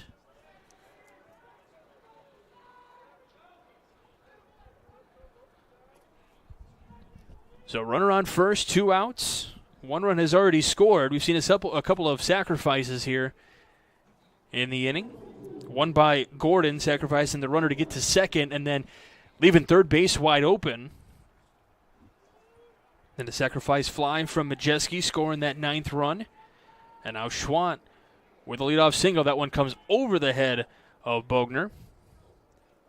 Like we were saying earlier, it's always nice when the bottom's doing well. It helps the top a little bit when your 9 hole's 2 for 2 with a walk and a run scored. The 1-0. This one muscled off to the right. Be a souvenir for a fan down there. Now, in a game like this, do they have to return those, don't they? You have to return those in a high school game. $7 a baseball right now for a good game ball for high school. It adds up for the high school budget.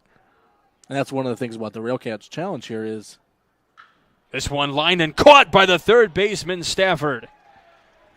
The home team has to provide baseballs here. Yes. So whoever's home brings in 2 or 3 dozen. Got that replay for you coming up on that line shot right to Stafford.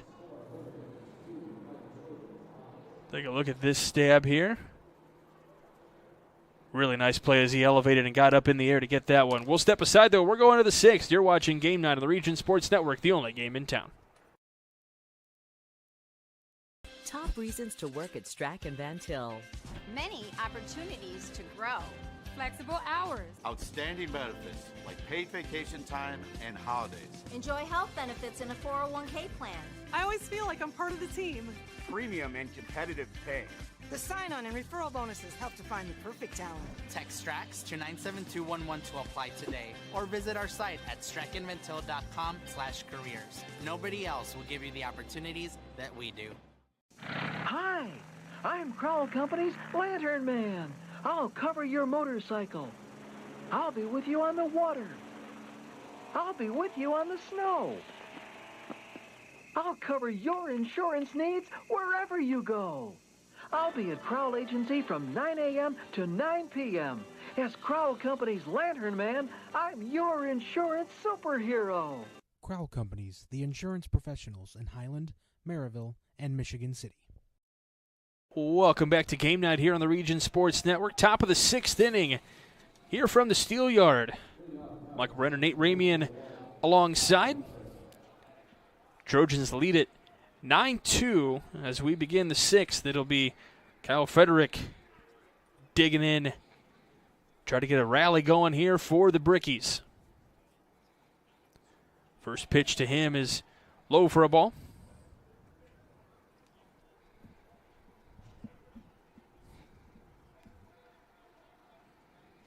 Stewart getting the sign from Gordon. In there for a strike, 1-1.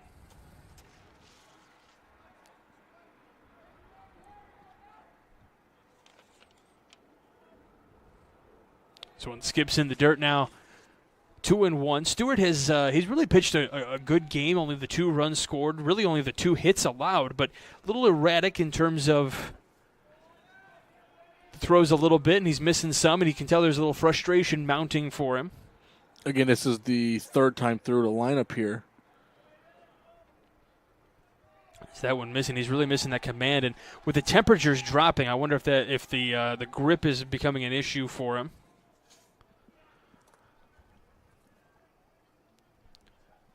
Temperatures haven't gone down that much. It just feels like it. No, I would think maybe one, or if he walks another one, I think coach is going to come talk to him, or he maybe take him out because they had a guy warming up in the bullpen down there. When they were hitting, they had a guy warming up. So which that means it's probably somewhere in the field to get him while they're hitting. So this brings up Connor Stafford, who made that really nice play to end the bottom of the 5th inning, climbing the ladder to make the catch.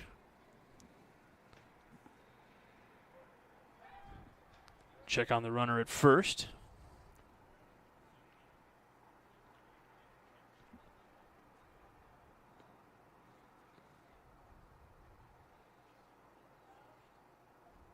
First pitch lined into center. This will touch down for a hit. And no need to get crazy on the base paths. You don't want to make any silly outs. Now is a pivotal time. You got to get base runners on.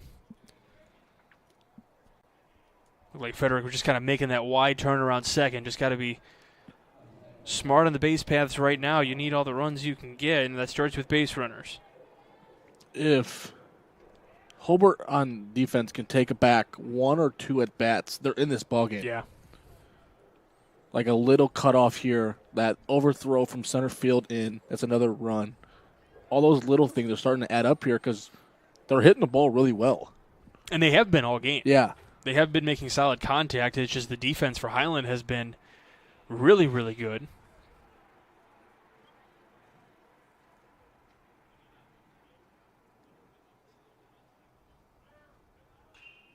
This one lifted in the air off to left, and it'll be a souvenir.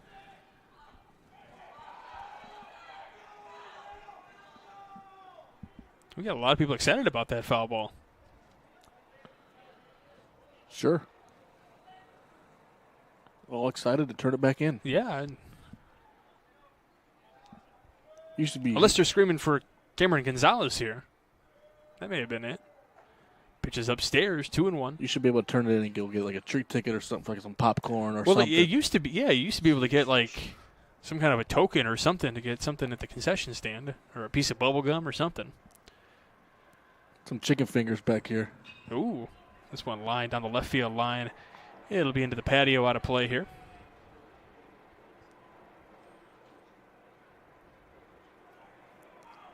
Those are some nice tables out there, by the way. We sit in the patio to watch a game. I was here for we covered a bags tournament here years ago.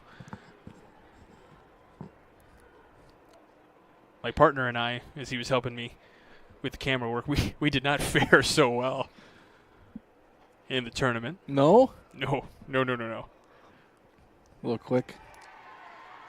I'm telling you, they were just sinking them left and right. It was ridiculous. There was a guy who was on, like, that 4-letter network at one point.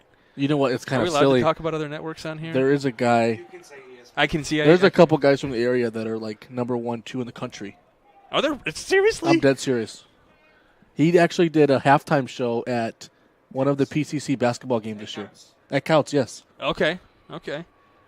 Payoff pitch to Gonzalez. This one lined on the left field line. Majeski will play it on a bounce. Runners will move up 90 feet.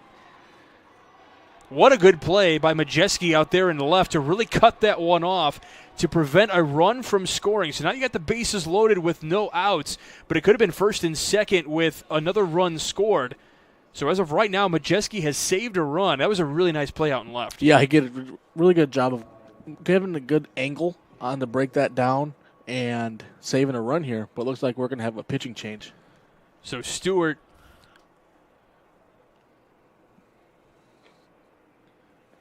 maybe coming out of this ball game. We'll see here. Yeah, we got guys throwing down the left field line over there.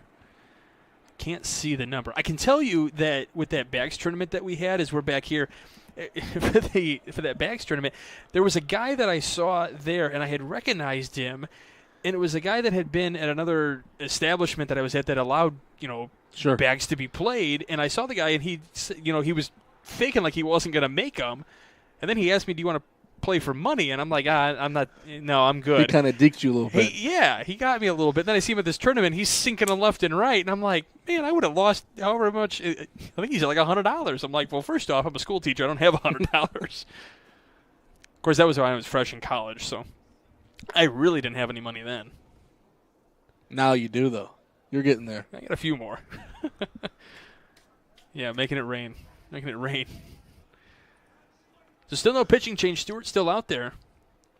Just talking about the situation here. Maybe a reminder to all the infielders, like depending on where this is hit, you got bases loaded. Don't forget his swing and a miss. And Hairston, wants to be the guy for Hobart right now. He wants to drive in some runs and make this a little bit closer ball game. It's 7 right now. You can cut this to 4. Yeah, again, first baseman's playing back. So he's going to try, if it's taking him to second, he's going to go to second there. They're going to give up that run. I didn't know if they would be in here to kind of get that run away. Yeah, they're playing for double. They're playing for 2. For 2, yeah. This one fouled back to the screen. 1 and 2. We're 1 hit away from having a 4-run ball game. Like, we could be really close here. Yeah.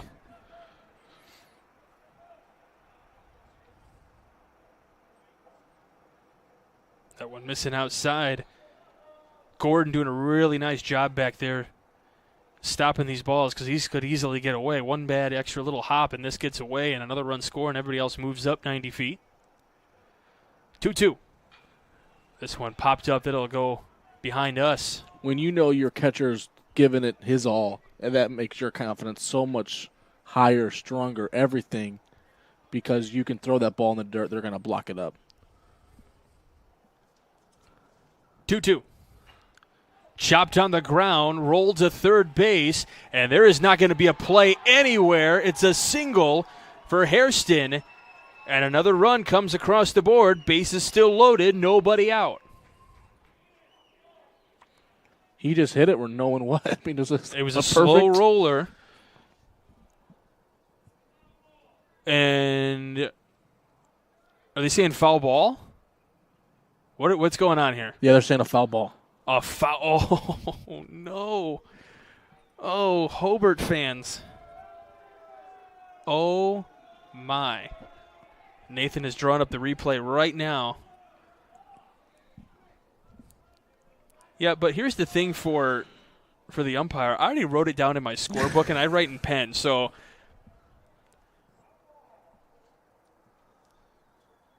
what are we seeing, Nathan?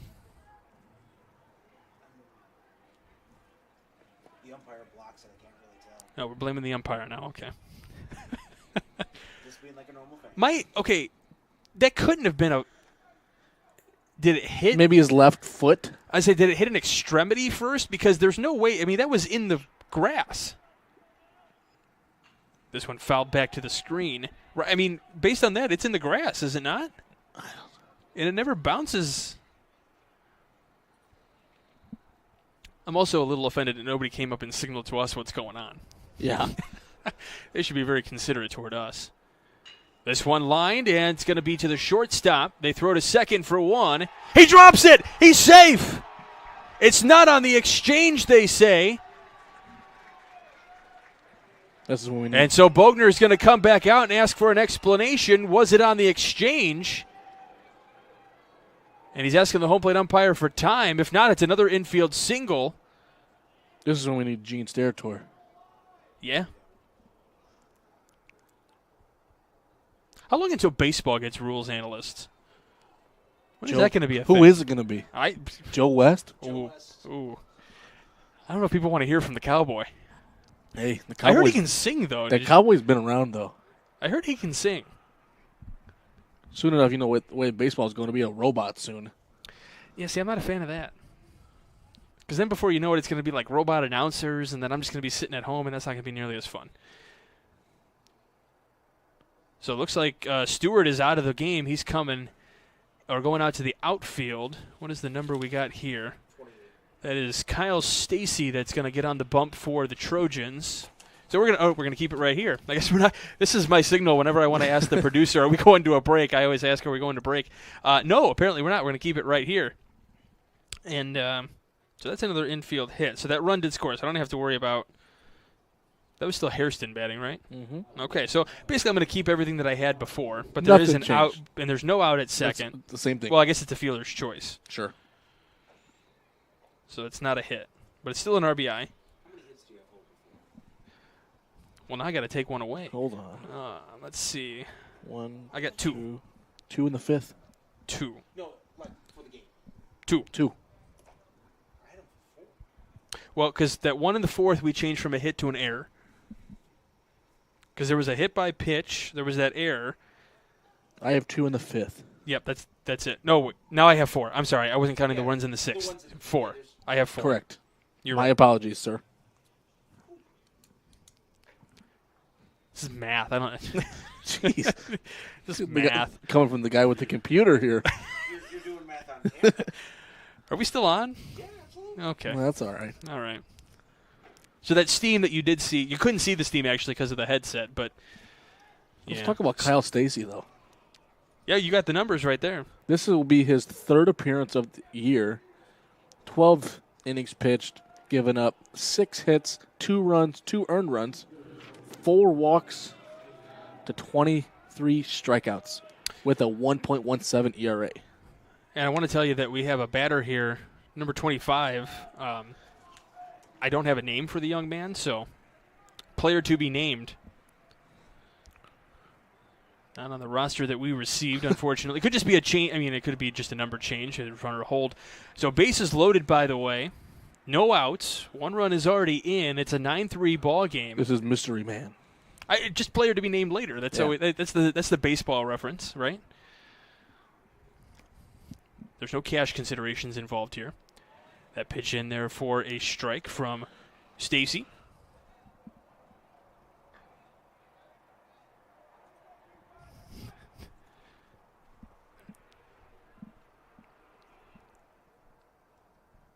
So pinch hitting for Tarek here. 1-1. Breaking ball missing low for a ball. With that, pinch hitter means there'll be a new pitcher next half inning as well. Now, if it was, yes, good call. And we did not see anyone warming up, so. It was 13. Oh, sorry, we did see 13 head out there. You're right.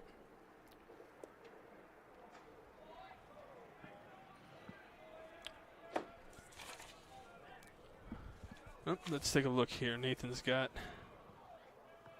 It's a different game. It's a scoreboard. Oh, I'm sorry.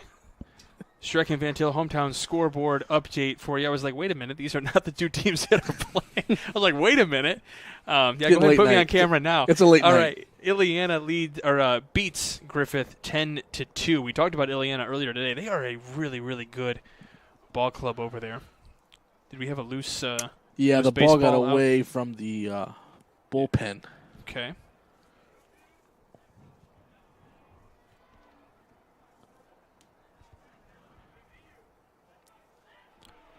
Bases loaded, nobody out. Hobart trying to mount a comeback here. 2-2, this lifted off to the right. Not a play.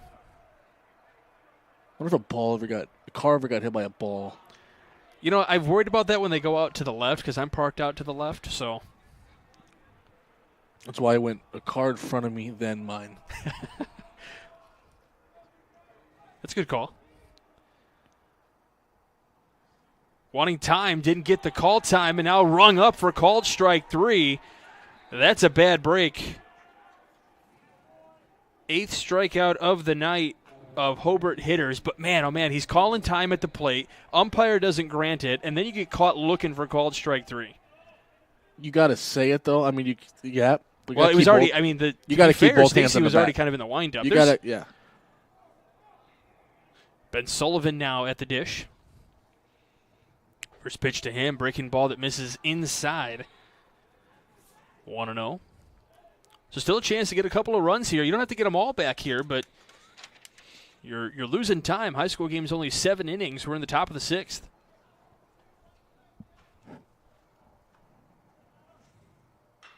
This one lined out to right. Schwant drifting to his left, makes the catch. He'll hit the cutoff man. 2 of the runners will advance. Another run does come around to score for the Brickies. So a sacrifice fly for Ben Sullivan out to right. grabs an RBI, and that's Stafford who comes in to score. Gonzalez also moves up. Hairston stays right at first base. And this will bring up Carlos Santana.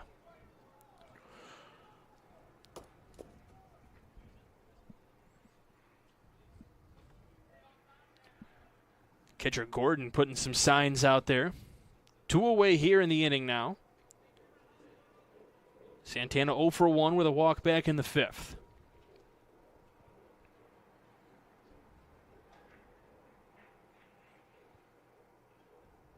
Stacy kicks and fires. First pitch, a ball. Now, they already had 1-0 on the count, so it could have been a delay on the batter for getting into the box. So he started with a 1-0 count off the bat right away. I don't think that's true. No, I know. It is crazy to watch. I don't know if you've been to a game yet to watch the new rules in effect live. I went to one already. Swing and a miss. Strike 1. It is nice to be able to go out to Wrigley and get home for it was started as a 6:40 game and still get home before 11 o'clock. That's pretty nice. It was really nice, especially when we got to work the next day. 1-1. This one line foul. So runners on the corners, 2 away. One more run would really be nice if you're the Brickies right now. Make it a 4-run game. Try to force the 7th inning.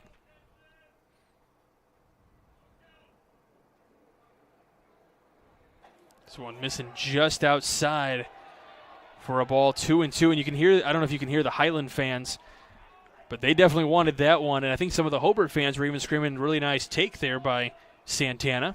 It was a really nice take. That's tough to take with 2. This one missing outside. 3-2 now. Really nice at bat here for Carlos Santana. From our vantage point, we're directly behind. It is outside. It is. It is outside. Yeah. But as a competitor, you want that. A pitcher, you know what I mean? You want that strike 3 after they've had a kind of a big inning here. Payoff pitch. And it's called strike 3 on a sour note to Carlos Santana to end the inning. We go to the bottom of the 6th. It's 9-4 Highland. You're watching Game Night of the Region Sports Network, the only game in town.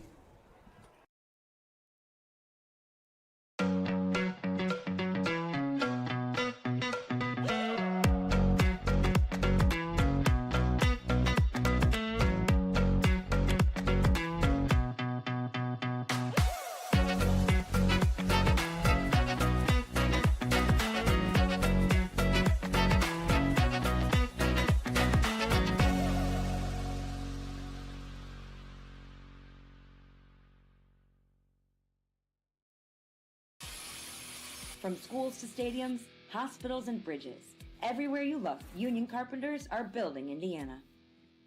With jobs and skilled trades in high demand, there's never been a better time to start building your future. As an apprentice, you'll earn a debt-free college degree, earn while you learn, and receive great benefits like healthcare and retirement. So what are you waiting for? Visit carpenters.com to learn more. Visit carpenters.com and start building your future today. Welcome back to Game Night here on the Region Sports Network. Got a good one for you here between the Brickies and the Trojans. Here from the Steelyard. Do have I believe that is a new pitcher for the Hobart Brickies. We talked about having to have a new pitcher because of the pinch hit. Although there's so many odd rules in high school where you can have courtesy runners. You can have a guy not taking an at-bat for 2 at-bats and then comes back into the game. I think they just make up rules as they go here in high school baseball. I think the best rule is the automatic runner for the catcher. Anytime the catcher gets on, he gets a runner. It's speed up. Makes me want to become a catcher. Sure. Nope, I don't. Not really. No. My knees are already bad. I can't. I'm old. What do you want? I know one thing. I'm older than you. From this vantage point, I can aware. see it as well. The pitcher has a necklace on, and with that, you're allowed to wear it this year. Jewelry is allowed. Is that all sports? I know baseball, softball for sure. But you are allowed to wear like a necklace or bracelet or something now, and you can see it from here. Well, I mean, to be fair, I don't think I mean, jewelry can always be an effect on whatever sport, but we've seen jewelry displayed in Major League Baseball for years. I do think that that's something that can get switched on. To be fair, I mean, I don't mind that. I don't mind it. It shows a little. A sport like football or basketball, I can see that being a detriment because as you're trying to make a reach for something, reach for the ball or whatever. Yep. But I do find it crazy that in football, you can make a tackle by pulling a guy's hair. It's part of the uniform. So they say. That's Troy Polamalu. It is a body part, so yeah, yank him down by the hair. Cut it. Yeah, do the Yankee style. Did they make their Bat Boy cut it? Did you see that one? I did see that. No, they clearly did not. I know Michael Kay was, I wouldn't say frustrated, but he was pointing out a fact. First pitch strike to Tyler Stewart here, the former pitcher for Highland. Stacy, the pitcher now. Pitcher for Hobart that's on the bump right now is Jamie Hairston.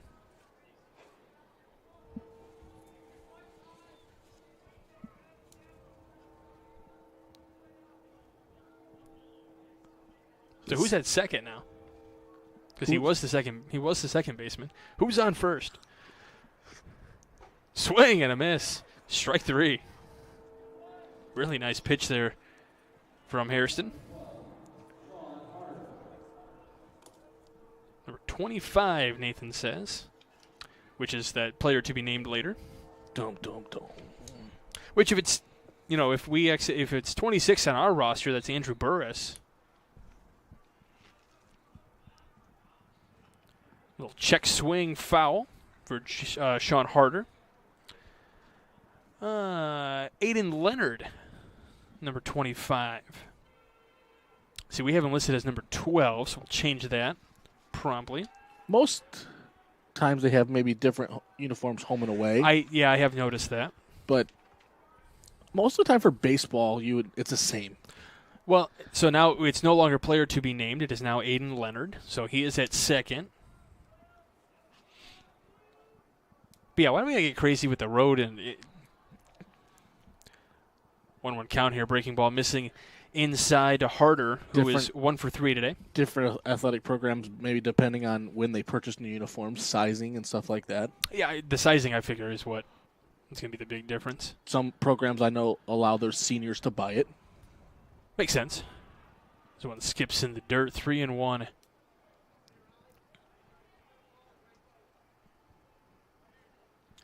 Bottom of the 6th here at the Steelyard. Michael Brenner, Nate Ramian. What do we got here? And they're giving everyone a little bit of time to do something. Do we have There's a ball something loose? going on in right field? I don't know. Oh, a ball is loose potentially. Yep. Sepchinski's going to check that one down. Flip it back into the bullpen. Now, the only thing that we are missing in this game is a ball hit deep to right and Sepchinski making the catch and flipping over the railing. That'd be cool. I don't know. Would that be a better play than an inside the park grand slam? I'll take the catch. You would take the catch? I'll take the catch. Okay. Diving over and coming back with it. Okay. This one chopped to the left side. Throws across. Gets the out at first. Frederick for out number 2. But that's like, let's be honest. How do you know if he's going to come up with it or not? Well, technically he could drop it on the other side of the wall. If he comes up with it, the umpire is left to have to call them out. You got to really show that.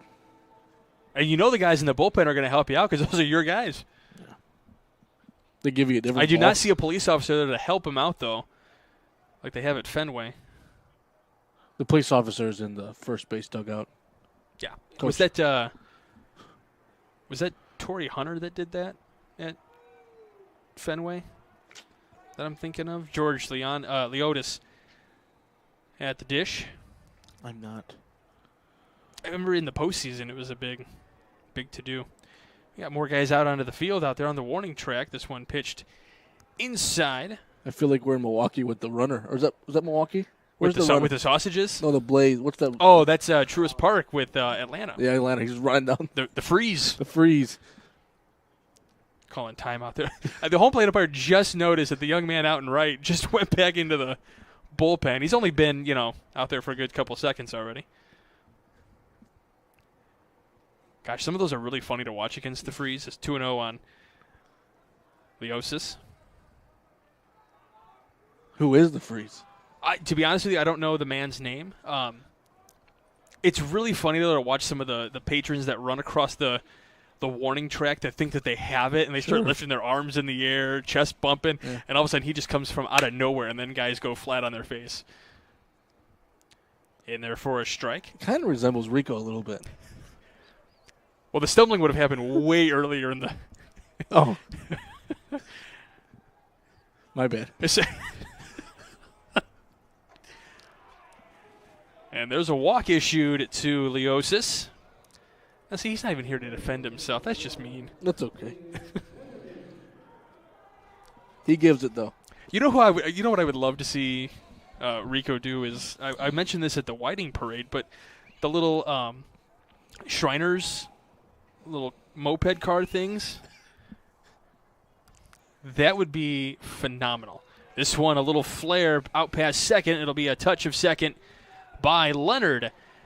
That hit was made by Vander Maiden. So we're going to the 7th, final opportunity for the Brickies. You're watching Game Night on the Region Sports Network, the only game in town.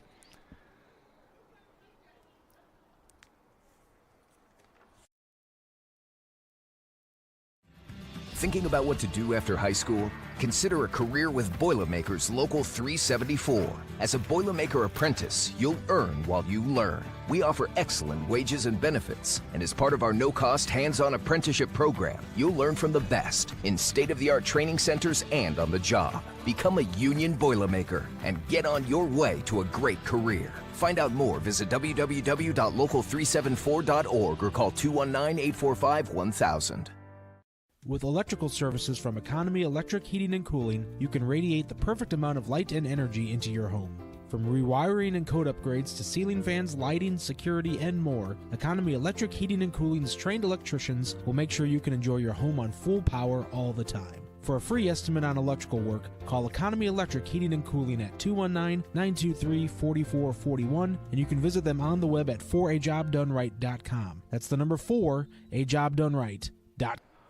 Well, welcome back to Game Night here on the Region Sports Network. We've got some awards to hand out a little bit later on tonight. We got that Proud Union Home Play of the Game brought to you by IKORCC. Learn more at IKORCC.com. And then we've also got the Boilermakers Local 374 Blue Collar Player of the Game brought to you by Boilermakers Local 374. Earn while you learn with Boilermakers Local 374. We've also got a really busy weekend ahead here on the Region Sports Network. Nate, I know you've got all that written down because I didn't memorize it. Friday, we have the East Chicago Athletic Hall of Fame. That'll be fun. We've been diving into a lot more of the Hall of Fames for a lot of the area recently, and it's really a fun opportunity to experience that, watch, past and present meeting together and being a part of that.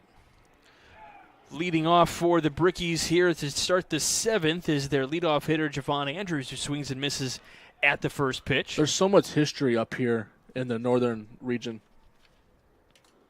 There is, absolutely. Called strike 0-2 quickly. There's Stacy working. Saturday night, we have the Boxing 911 Slugfest at the Hammond Civic Center. This one driven into the air to left center. Center fielder Havlin making the catch in center. And then on Sunday, we have the dodgeball fundraiser at the Sparta Dome. Kind of a fun weekend. Is the rumor true that you will be participating and people can throw dodgeballs at you? That is a false rumor. You'll be commentating. I will be there commentating. So if you, I will not be. No. I have a wedding to attend. Nathan will be there. So if you would like to direct your dodgeballs in the direction of the broadcast area, please be mindful of the equipment. I'm not a hard target, Nathan. You don't get bonus points for hitting me with that. Anyway, it's Nick Subchinski up at the plate. 1-1 the count. I feel like you just gave me a layup, and I'm going to decline to comment. I took it myself. The 1-1 pitch swung on and missed. 1-2 on Subchinski, who reached on an error back in the fourth and has struck out twice.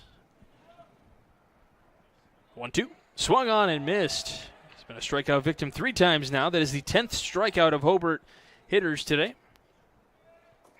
And now Kyle Frederick, who is 0 for 2 with a walk and a run scored.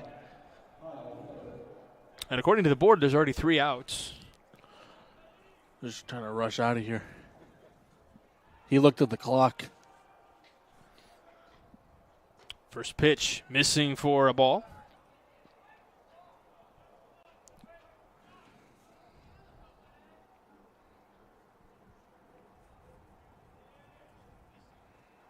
There's the 1-0. Missing in the dirt, 2-0 now. I mean, you talk about when we going back to the Hall of Fame.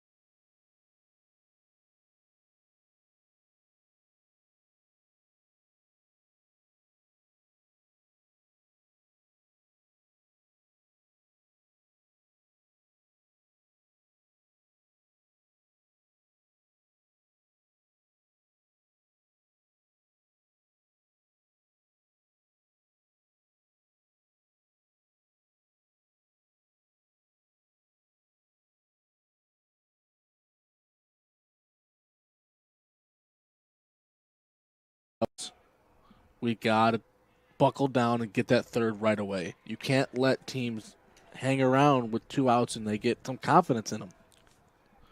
One swing of the bat here, we got a 1-run ball game. Stacy has a sign. The runners will get their leads off of first and second. He'll step off, though. Hairston at the dish with 2 away. 2 on, 2 out. 1 run is in. Stacy doesn't like the signs he's getting from Gordon back there, so he steps off for a second time.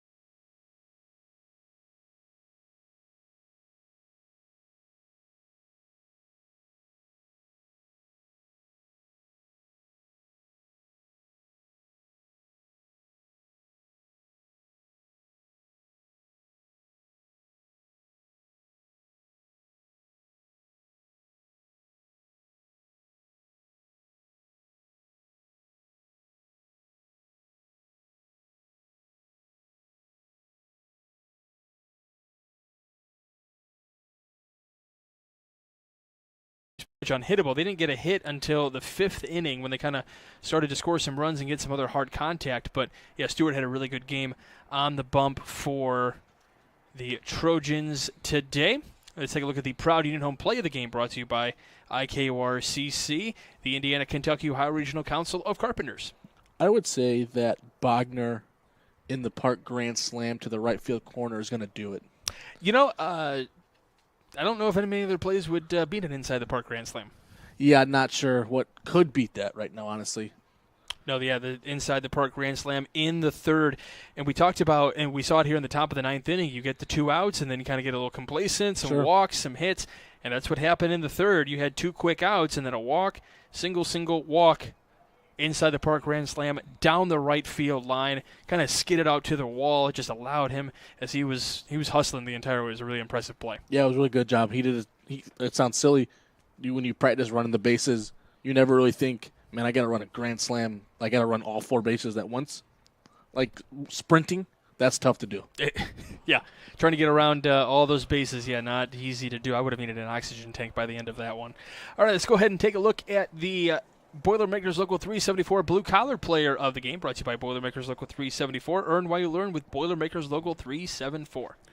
I'm going to go with Ben Sullivan, the Hobart catcher. Okay. Just gritty behind the plate, did a great job of everything that was in the dirt. There was not many, like maybe 1 or 2 pass balls only, but just being that field general behind the plate and just anything his team needed, he was there for him. I totally agree with that. Yeah, and I feel like catchers are always kind of the underrated heroes of the game. They don't get as much attention, but man, oh man, do they do a really, really good job back there to try to keep games close. It's a really nice job by Sullivan, I agree.